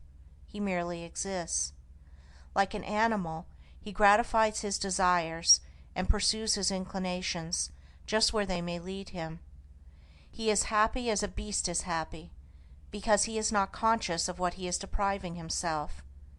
He suffers as the beast suffers, because he does not know the way out of suffering. He does not intelligently reflect upon life, and lives in a series of sensations, longings, and confused memories which are unrelated to any central idea or principle. A man whose inner life is so ungoverned and chaotic must necessarily manifest this confusion in the visible conditions of his outer life in the world, and though for a time, running with the stream of his desires, he may draw to himself a more or less large share of the outer necessities and comforts of life, he never achieves any real success, nor accomplishes any real good, and sooner or later worldly failure and disaster are inevitable, as the direct result of the inward failure to properly adjust and regulate those mental forces which make the outer life.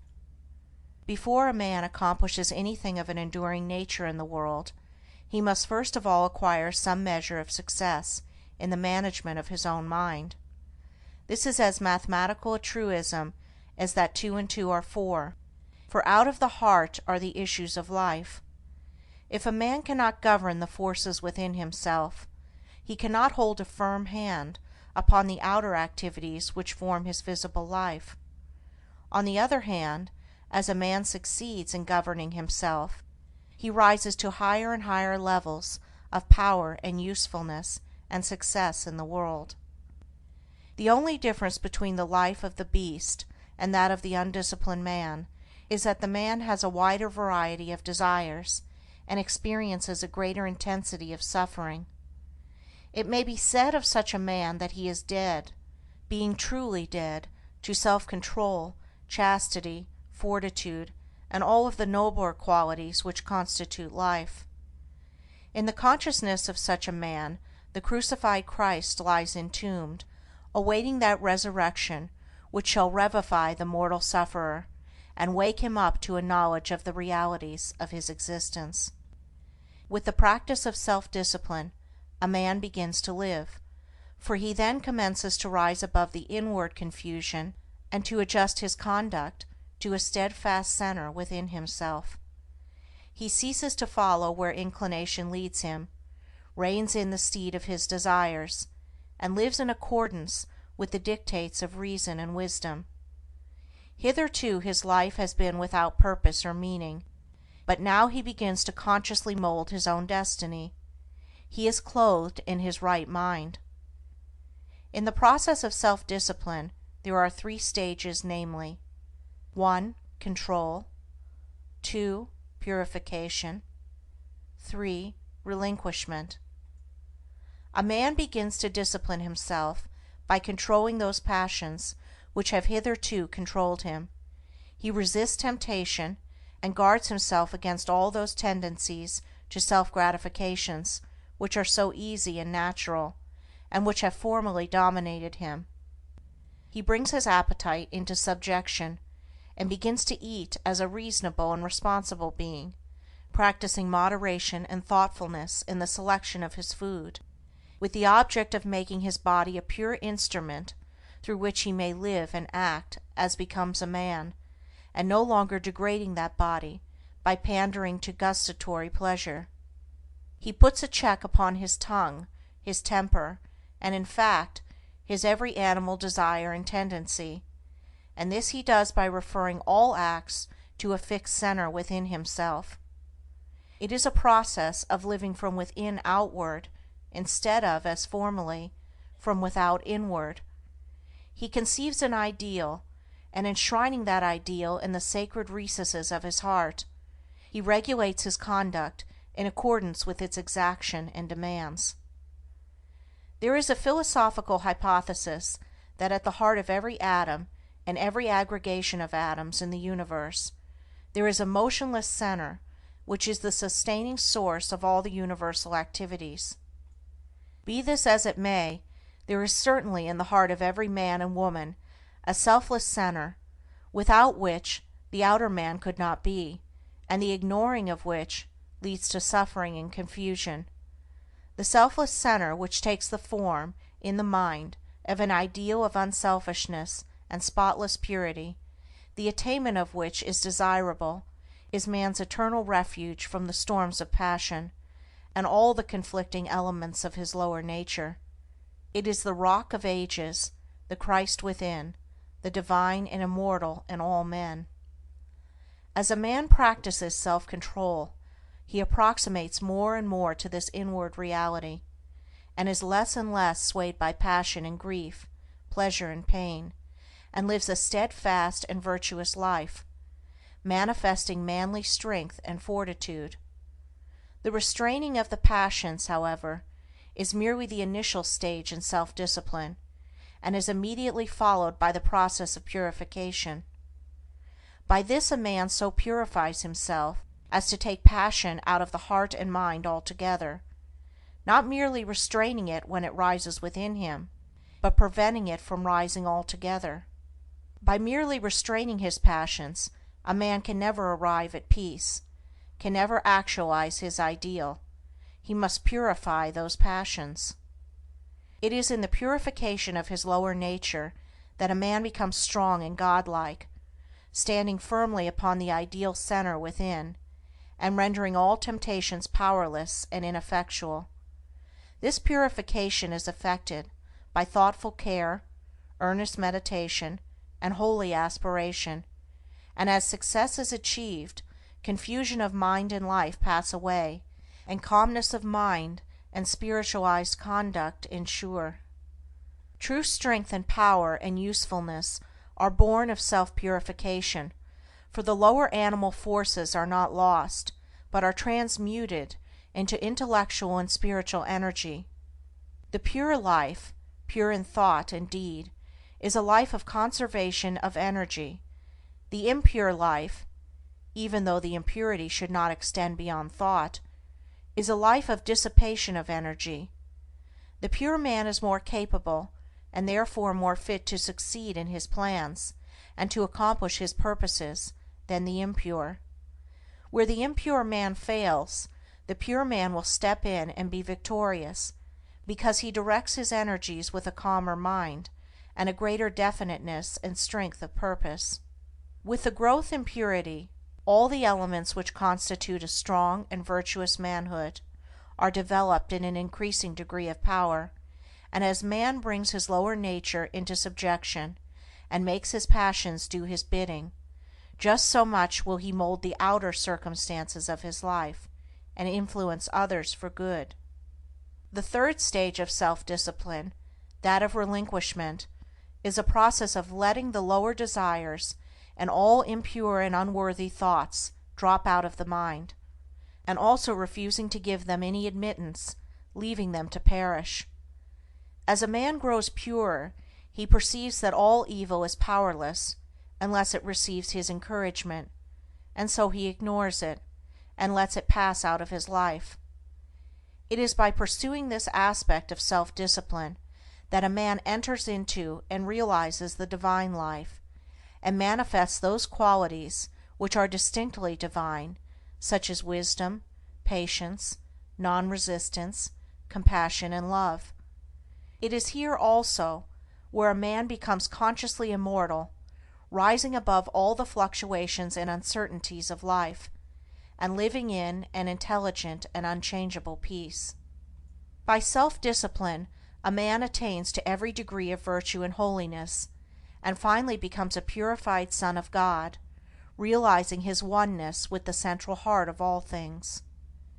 Without self-discipline a man drifts lower and lower, approximating more and more nearly to the beast, until at last he grovels, a lost creature, in the mirror of his own befoulment.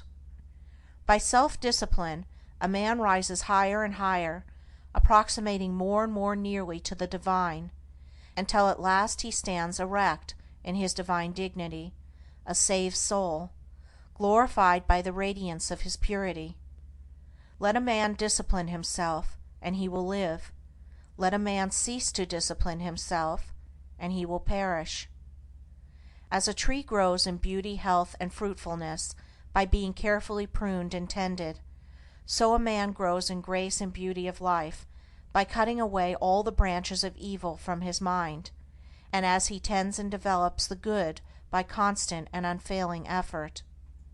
As a man by practice acquires proficiency in his craft, so the earnest man acquires proficiency in goodness and wisdom. Men shrink from self-discipline because in its early stages it is painful and repellent, and the yielding to desire is, at first, sweet and inviting, but the end of desire is darkness and unrest, whereas the fruits of discipline are immortality and peace. Chapter 16. Resolution. Resolution is the directing and impelling force in individual progress. Without it, no substantial work can be accomplished. Not until a man brings resolution to bear upon his life does he consciously and rapidly develop, for a life without resolution is a life without aims, and a life without aims is a drifting and unstable thing. Resolution may, of course, be linked to downward tendencies, but it is more usually the companion of noble aims and lofty ideals, and I am dealing with it in this, its highest use and application. When a man makes a resolution, it means that he is dissatisfied with his condition, and is commencing to take himself in hand with a view in producing a better piece of workmanship out of the mental materials of which his character and life are composed, and in so far as he is true to his resolution he will succeed in accomplishing his purpose. The vows of the saintly once are holy resolutions directed towards some victory over self, and the beautiful achievements of holy men and the glorious conquests of the divine teachers were rendered possible and actual by the pursuit of unswerving resolution. To arrive at the fixed determination to walk a higher path than heretofore, although it reveals the great difficulties which have to be surmounted, it yet makes possible the treading of that path and illuminates its dark places with the golden halo of success. The true resolution is the crisis of long thought, protracted struggle, or fervent but unsatisfied aspiration. It is no light thing, no whimsical impulse or vague desire, but a solemn and irrevocable determination not to rest nor cease from effort until the high purpose which is held in view is fully accomplished. Half-hearted and premature resolution is no resolution at all, and it is shattered by the first difficulty. A man should be slow to form a resolution. He should searchingly examine his position, and take into consideration every circumstance and difficulty connected with his decision, and should be fully prepared to meet them. He should be sure that he completely understands the nature of his resolution, that his mind is finally made up, and that he is without fear and doubt in the matter. With the mind thus prepared, the resolution that is formed will not be departed from, and by the aid of it a man will, in due time, accomplish his strong purpose. Hasty resolutions are futile. The mind must be fortified to endure. Immediately the resolution to walk a higher path is made, temptation and trial begin. Men have found that no sooner have they decided to lead a truer and nobler life than they have been overwhelmed with such a torrent of new temptations and difficulties as to make their position almost unendurable, and many men, because of this, relinquish their resolution. But these temptations and trials are a necessary part of the work of regeneration upon which the man has decided, and must be hailed as friends and met with courage if the resolution is to do its work. For what is the real nature of a resolution? Is it not the sudden checking of a particular stream of conduct, and the endeavor to open up an entirely new channel? Think of an engineer who decides to turn the course of a powerfully running stream or river in another direction. He must first cut out his new channel, and must take every precaution to avoid failure in the carrying out of his undertaking. But when he comes to the all-important task of directing the stream into its new channel, then the flowing force, which for ages has steadily pursued its accustomed course, becomes refractory, and all the patience and care and skill of the engineer will be required for the successful completion of the work. It is even so with the man who determines to turn his course of conduct in another and higher direction. Having prepared his mind, which is the cutting of a new channel, he then proceeds to the work of redirecting his mental forces, which have hitherto flowed on uninterruptedly, into the new course. Immediately this is attempted, the arrested energy begins to assert itself in the form of powerful temptations and trials, hitherto unknown and unencountered. And this is exactly as it should be. It is the law, and the same law that is in the water is in the mind. No man can improve upon the established law of things, but he can learn to understand the law instead of complaining and wishing things were different. The man who understands all that is involved in the regeneration of his mind will glory in tribulations, knowing that only by passing through them can he gain strength, obtain purity of heart, and arrive at peace. And as the engineer at last, perhaps after many mistakes and failures, succeeds in getting the stream to flow on peacefully in the broader and better channel, and the turbulence of the water is spent, and all dams can be removed, so the man of resolution at last succeeds in directing his thoughts and acts into the better and nobler way to which he aspires, and temptations and trials give place to steadfast strength and settled peace. He whose life is not in harmony with his conscience, and who is anxious to remedy his mind and conduct in a particular direction, let him first mature his purpose by earnest thought and self-examination, and having arrived at a final conclusion, let him frame his resolution, and having done so, let him not swerve from it. Let him remain true to his decision under all circumstances, and he cannot fail to achieve his good purpose, for the great law ever shields and protects him who, no matter how deep his sins, or how great his many failures and mistakes, has, deep in his heart, resolved upon the finding of a better way, and every obstacle must at last give way before a matured and unshaken resolution. The glorious conquest. Truth can only be apprehended by the conquest of self. Blessedness can only be arrived at by overcoming the lower nature. The way of truth is barred by a man's self. The only enemies that can actually hinder him are his own passions and delusions. Until a man realizes this and commences to cleanse his heart, he has not found the path which leads to knowledge and peace. Until passion is transcended, truth remains unknown. This is the divine law.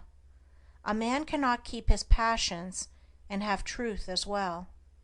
Error is not slain until selfishness is dead. The overcoming of self is no mystical theory, but a very real and practical thing. It is a process which must be pursued daily and hourly, with unswerving faith and undaunted resolution, if any measure of success is to be achieved.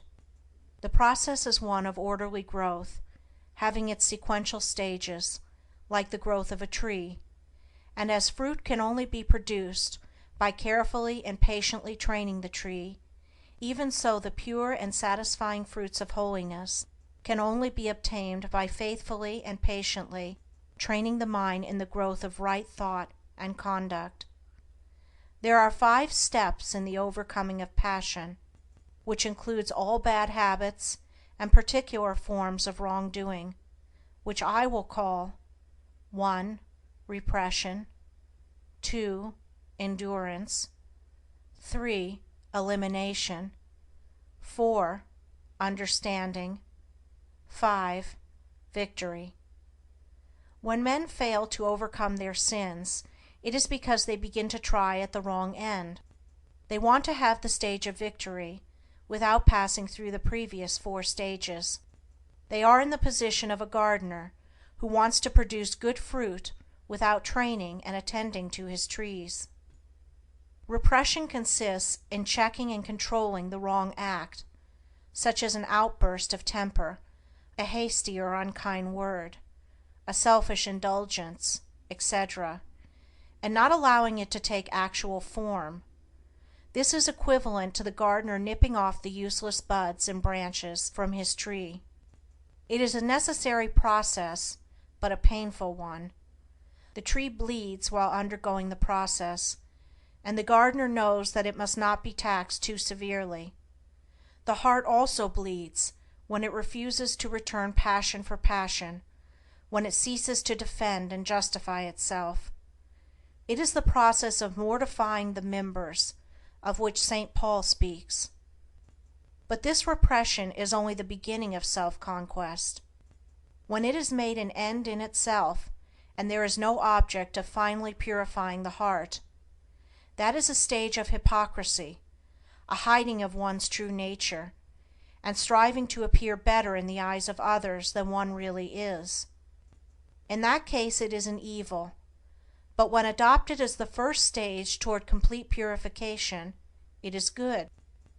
Its practice leads to the second stage of endurance, or forbearance, in which one silently endures the pain which arises in the mind when it is brought in contact with certain actions and attitudes of other minds toward one. As success is attained in this stage, the striver comes to see that all his pain actually arises in his own weaknesses, and not in the wrong attitudes of others toward him, these latter being merely the means by which his sins are brought to the surface and revealed to him. He thus gradually exonerates all others from blame in his falls and lapses of conduct, and accuses only himself, and so learns to love those who thus unconsciously reveal to him his sins and shortcomings. Having passed through these 2 stages of self-crucifixion, the disciple enters the third, that of elimination, in which the wrong thought which lay behind the wrong act is cast from the mind immediately it appears. At this stage, conscious strength and holy joy begin to take the place of pain, and the mind having become more comparatively calm, the striver is enabled to gain a deeper insight into the complexities of his mind, and thus to understand the inception, growth, and outworking of sin. This is the stage of understanding. Perfection in understanding leads to the final conquest of self, a conquest so complete that sin can no more rise in the mind even as a thought or impression, for when the knowledge of sin is complete, when it is known in its totality, from its inception as a seed in the mind to its ripened outgrowth as act and consequence, then it can no more be allowed a place in life, but it is abandoned forever. Then the mind is at peace. The wrong acts of others no longer arouse wrong and pain in the mind of the disciple. He is glad and calm and wise. He is filled with love, and blessedness abides with him. And this is victory. Chapter 18. Contentment in Activity.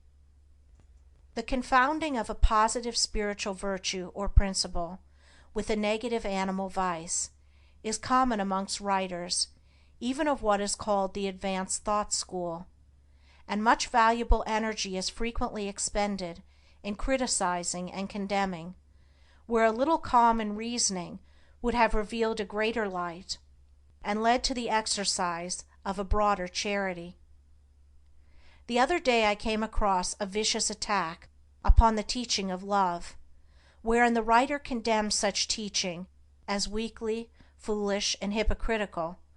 Needless to say, that which he was condemning as love was merely weak sentimentality and hypocrisy.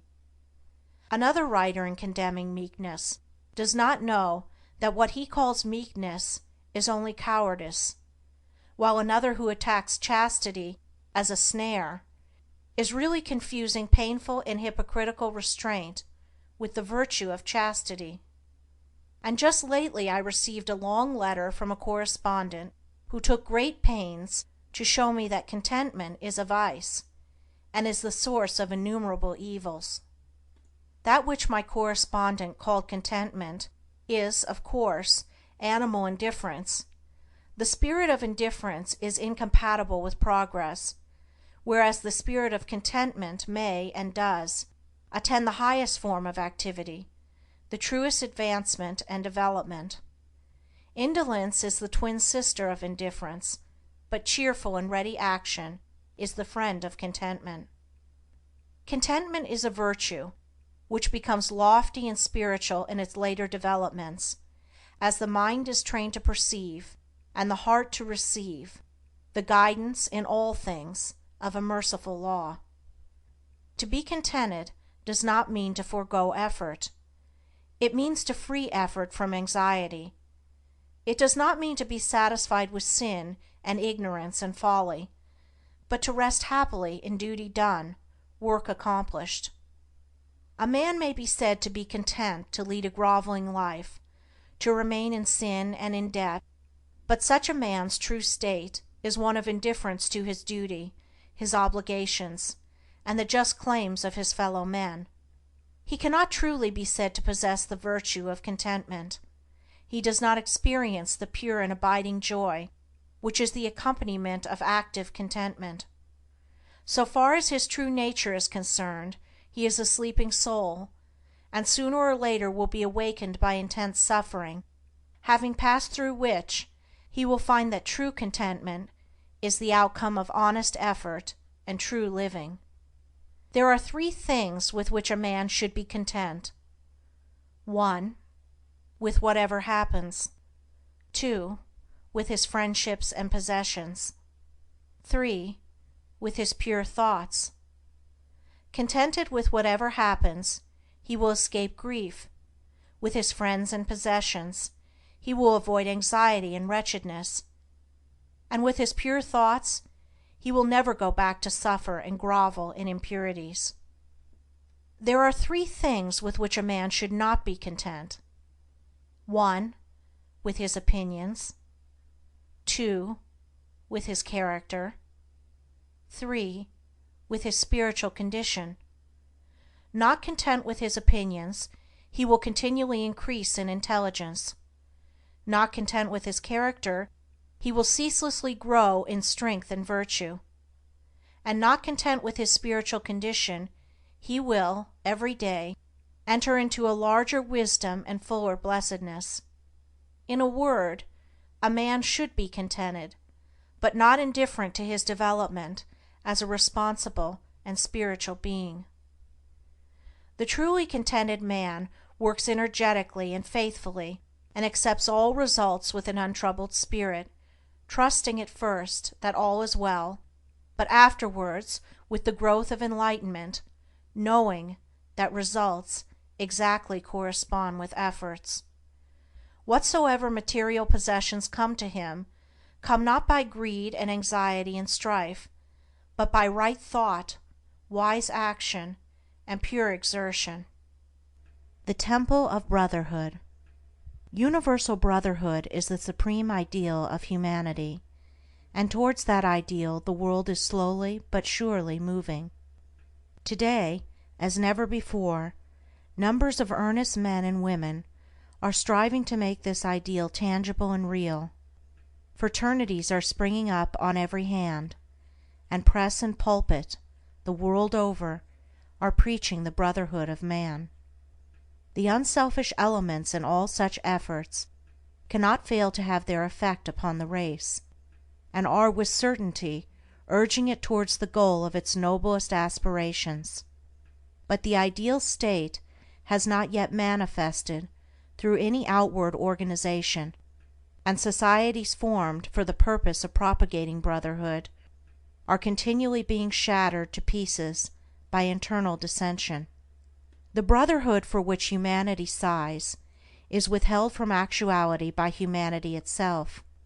Nay more, it is frustrated even by men who work zealously, for it is a desirable possibility, and this because the purely spiritual nature of brotherhood is not perceived, and the principles involved, as well as the individual course of conduct necessary to perfect unity, are not comprehended.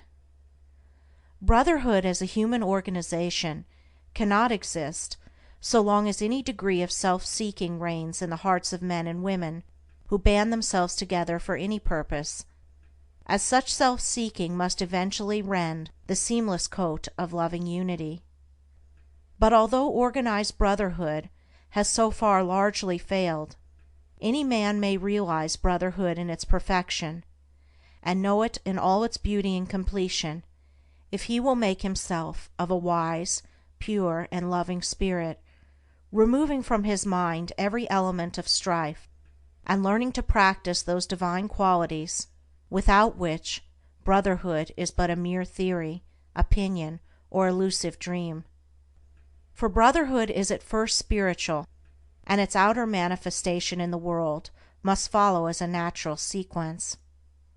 As a spiritual reality, it must be discovered by each man for himself, and in the only place where spiritual realities can be found, within himself, and it rests with each whether he shall choose or refuse it. There are four chief tendencies in the human mind which are destructive of brotherhood, and which bar the way to its comprehension, namely, pride, self-love, hatred, condemnation. Where these are there can be no brotherhood. In whatsoever heart these hold sway, discord rules, and brotherhood is not realized, for these tendencies are, in their very nature, dark and selfish, and always make for disruption and destruction. From these four things proceeds that serpent brood of false actions and conditions which poison the heart of man, and fill the world with suffering and sorrow. Out of the spirit of pride proceed envy, resentment, and opinionativeness. Pride envies the position, influence, or goodness of others. It thinks, I am more deserving than this man or this woman. It also continually finds occasion for resenting the actions of others, and says, I have been snubbed, I have been insulted, and thinking altogether of his own excellence, it sees no excellence in others. From the spirit of self-love proceed egotism, lust for power, and disparagement and contempt. Self-love worships the personality in which it moves. It is lost in the adoration and glorification of that I, that self, which has no real existence, but is a dark dream and a delusion. It desires preeminence over others, and thinks, I am great, I am more important than others. It also disparages others, and bestows upon them contempt, seeing no beauty in them, being lost in the contemplation of its own beauty. From the spirit of hatred proceed slander, cruelty, reviling, and anger. It strives to overcome evil by adding evil to it. It says, "This man has spoken of me ill. I will speak still more ill of him, and thus teach him a lesson." It mistakes cruelty for kindness, and causes its possessor to revile a reproving friend. It feeds the flame of anger with bitter and rebellious thoughts. From the spirit of condemnation proceed accusation, false pity, and false judgment. It feeds itself on the contemplation of evil and cannot see the good. It has eyes for evil only, and finds it in almost everything and every person. It sets up an arbitrary standard of right and wrong by which to judge others, and it thinks, "This man does not do as I would have him do. He is therefore evil, and I will denounce him." So blind is the spirit of condemnation that whilst rendering its possessor incapable of judging himself, it causes him to set up as the judge of all the earth. From the four tendencies enumerated, no element of brotherliness can proceed. They are deadly mental poisons, and he who allows them to rankle in his mind cannot apprehend the peaceful principles on which brotherhood rests. Then there are chiefly four divine qualities, which are productive of brotherhood, which are, as it were, the foundation stones on which it rests, namely, humility, self-surrender, love, compassion. Wheresoever these are, there brotherhood is active. In whatsoever heart these qualities are dominant, there brotherhood is an established reality, for they are, in their very nature, unselfish and are filled with the revealing light of truth. There is no darkness in them, and where they are, so powerful is their light, that the dark tendencies cannot remain, but are dissolved and dissipated. Out of these four qualities proceed all those angelic actions and conditions which make for unity and bring gladness to the heart of man and to the world. From the spirit of humility proceed meekness and peacefulness. From self-surrender come patience, wisdom, and true judgment. From love spring kindness, joy, and harmony, and from compassion proceed gentleness and forgiveness. He who has brought himself into harmony with these four qualities is divinely enlightened. He sees whence the actions of men proceed and whither they tend, and therefore can no longer live in the exercise of the dark tendencies. He has realized brotherhood in its completion as freedom from malice, from envy, from bitterness, from contention, from condemnation. All men are his brothers, those who live in the dark tendencies, as well as those who live in the enlightened qualities, for he knows that when they have perceived the glory and beauty of the light of truth, the dark tendencies will be dispelled from their minds. He has but one attitude of mind towards all, that of goodwill. Of the four dark tendencies are born ill will and strife. Of the four divine qualities are born goodwill and peace. Living in the four tendencies, a man is a strife producer. Living in the four qualities, a man is a peacemaker.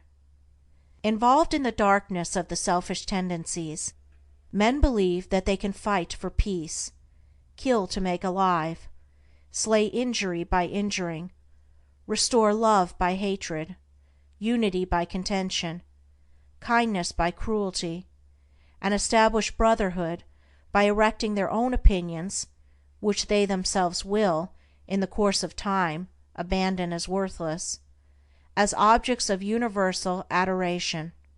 The wished-for temple of brotherhood will be erected in the world when its four foundation stones of humility, self-surrender, love, and compassion are firmly laid in the hearts of men.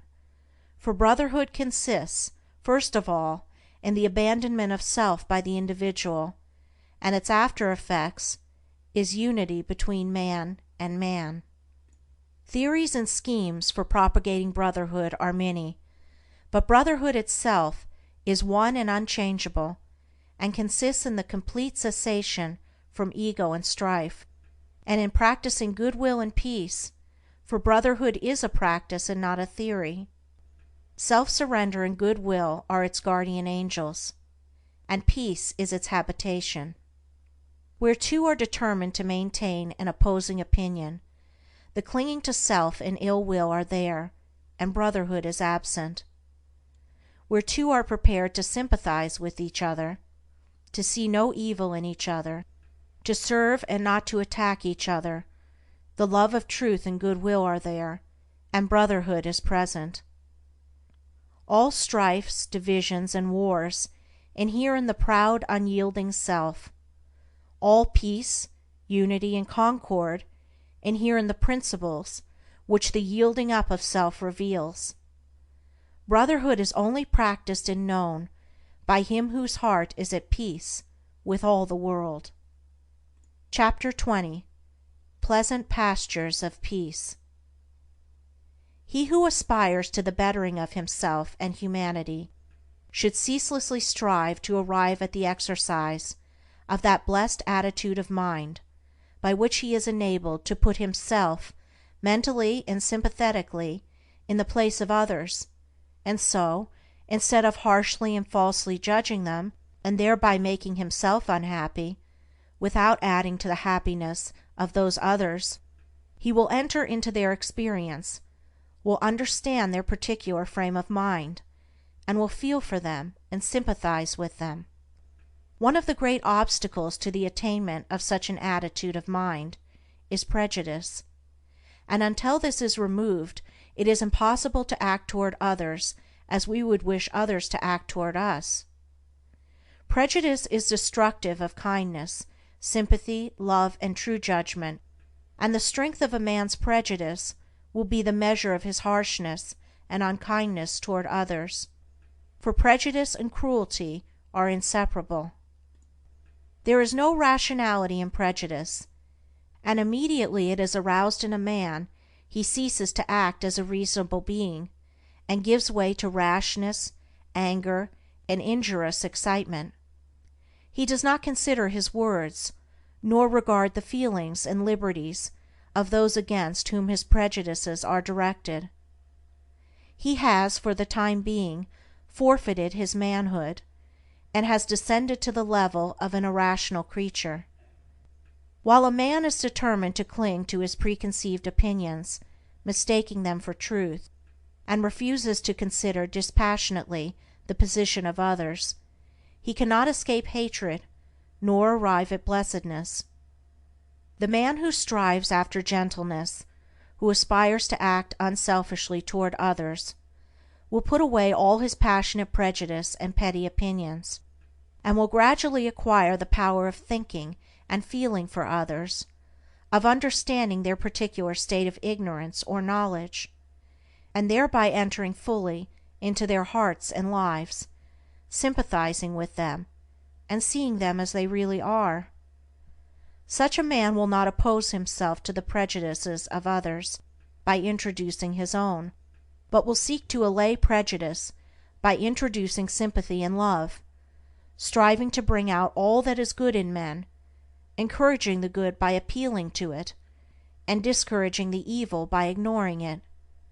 He will realize the good in the unselfish efforts of others, though their outward methods may be very different from his own, and will so rid his heart of hatred, and will fit it with love and blessedness. When a man is prone to harshly judge and condemn others, he should inquire how far he falls short himself.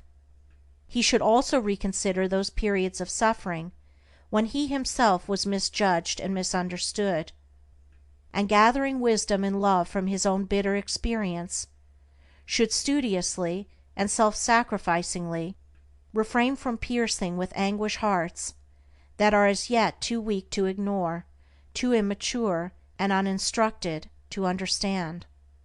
Sympathy is not required towards those who are purer and more enlightened than oneself, as the purer one lives above the necessity for it. In such a case reverence should be exercised, with a striving to lift one's self up to the purer level, and so enter into possession of the larger life. Nor can a man fully understand one who is wiser than himself, and before condemning he should earnestly ask himself whether he is, after all, better than the man whom he has singled out as the object of his bitterness. If he is, let him bestow sympathy; if he is not, let him exercise reverence. For thousands of years the sages have taught, both by precept and example, that evil is only overcome by good, yet still that lesson, for the majority, remains unlearned. It is a lesson profound in its simplicity, and difficult to learn because men are blinded by the illusions of self. Men are still engaged in resenting, condemning, and fighting the evil in their own fellow men, thereby increasing the delusion in their own hearts, and adding to the world sum of misery and suffering. When they find out that their own resentment must be eradicated, and put love in its place, evil will perish for lack of sustenance. With burning brain and heart of hate I sought my wronger early, late, and all the wretched night and day my dream and thought was slay and slay. My better self rose uppermost, the beast within my bosom lost. Itself in love, peace from afar, shone o'er me radiant like a star. I slew my wronger with a deed of love. I made him bleed with kindness, and I filled for years his soul with tenderness and tears. Dislike, resentment, and condemnation are all forms of hatred, and evil cannot cease until these are taken out of the heart. But the obliterating of injuries from the mind is merely one of the beginnings in wisdom. There is a still higher and better way, and that way is so to purify the heart and enlighten the mind that, far from having to forget injuries, there will be none to remember, for it is only pride and self that can be injured and wounded by the actions and attitudes of others, and he who takes pride and self out of his heart can never think the thought, I have been injured by another, or I have been wronged by another. From a purified heart proceeds the right comprehension of things, and from the right comprehension of things proceeds the life that is peaceful, freed from bitterness and suffering, calm and wise. He who thinks, this man has injured me, has not perceived the truth in life, falls short of that enlightenment which disperses the erroneous idea of evil as a thing to be hatefully resented. He who is troubled and disturbed about the sins of others is far from truth. He who is troubled and disturbed about his own sins is very near to the gate of wisdom. He in whose heart the flames of resentment burn cannot know peace nor understand truth. He who will banish resentment from his heart will know and understand. He who has taken evil out of his heart cannot resent or resist it in others, for he is enlightened as to its origin and nature, and knows it as a manifestation of the mistakes of ignorance. With the increase of enlightenment, sin becomes impossible. He who sins does not understand. He who understands does not sin. The pure man maintains his tenderness of his heart toward those who ignorantly imagine they can do him harm. The wrong attitude of others toward him does not trouble him. His heart is at rest in compassion and love.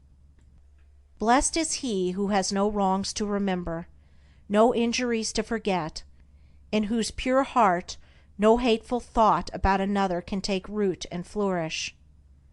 Let those who aim at the right life, who believe that they love truth, cease to passionately oppose themselves to others, and let them strive to calmly and wisely understand them, and in thus acting toward others they will be conquering themselves, and while sympathizing with others their own souls will be fed with the harmony dews of kindness, and their hearts will be strengthened and refreshed in the pleasant pastures of peace. End of chapters 19 and 20. Recording by Andrea Fiore. End of Above Life's Turmoil by James Allen. Thank you for listening. For more thought-provoking lectures and audiobooks, hit that like button and subscribe to our channel. Together we can create a community of new thought thinkers and learners.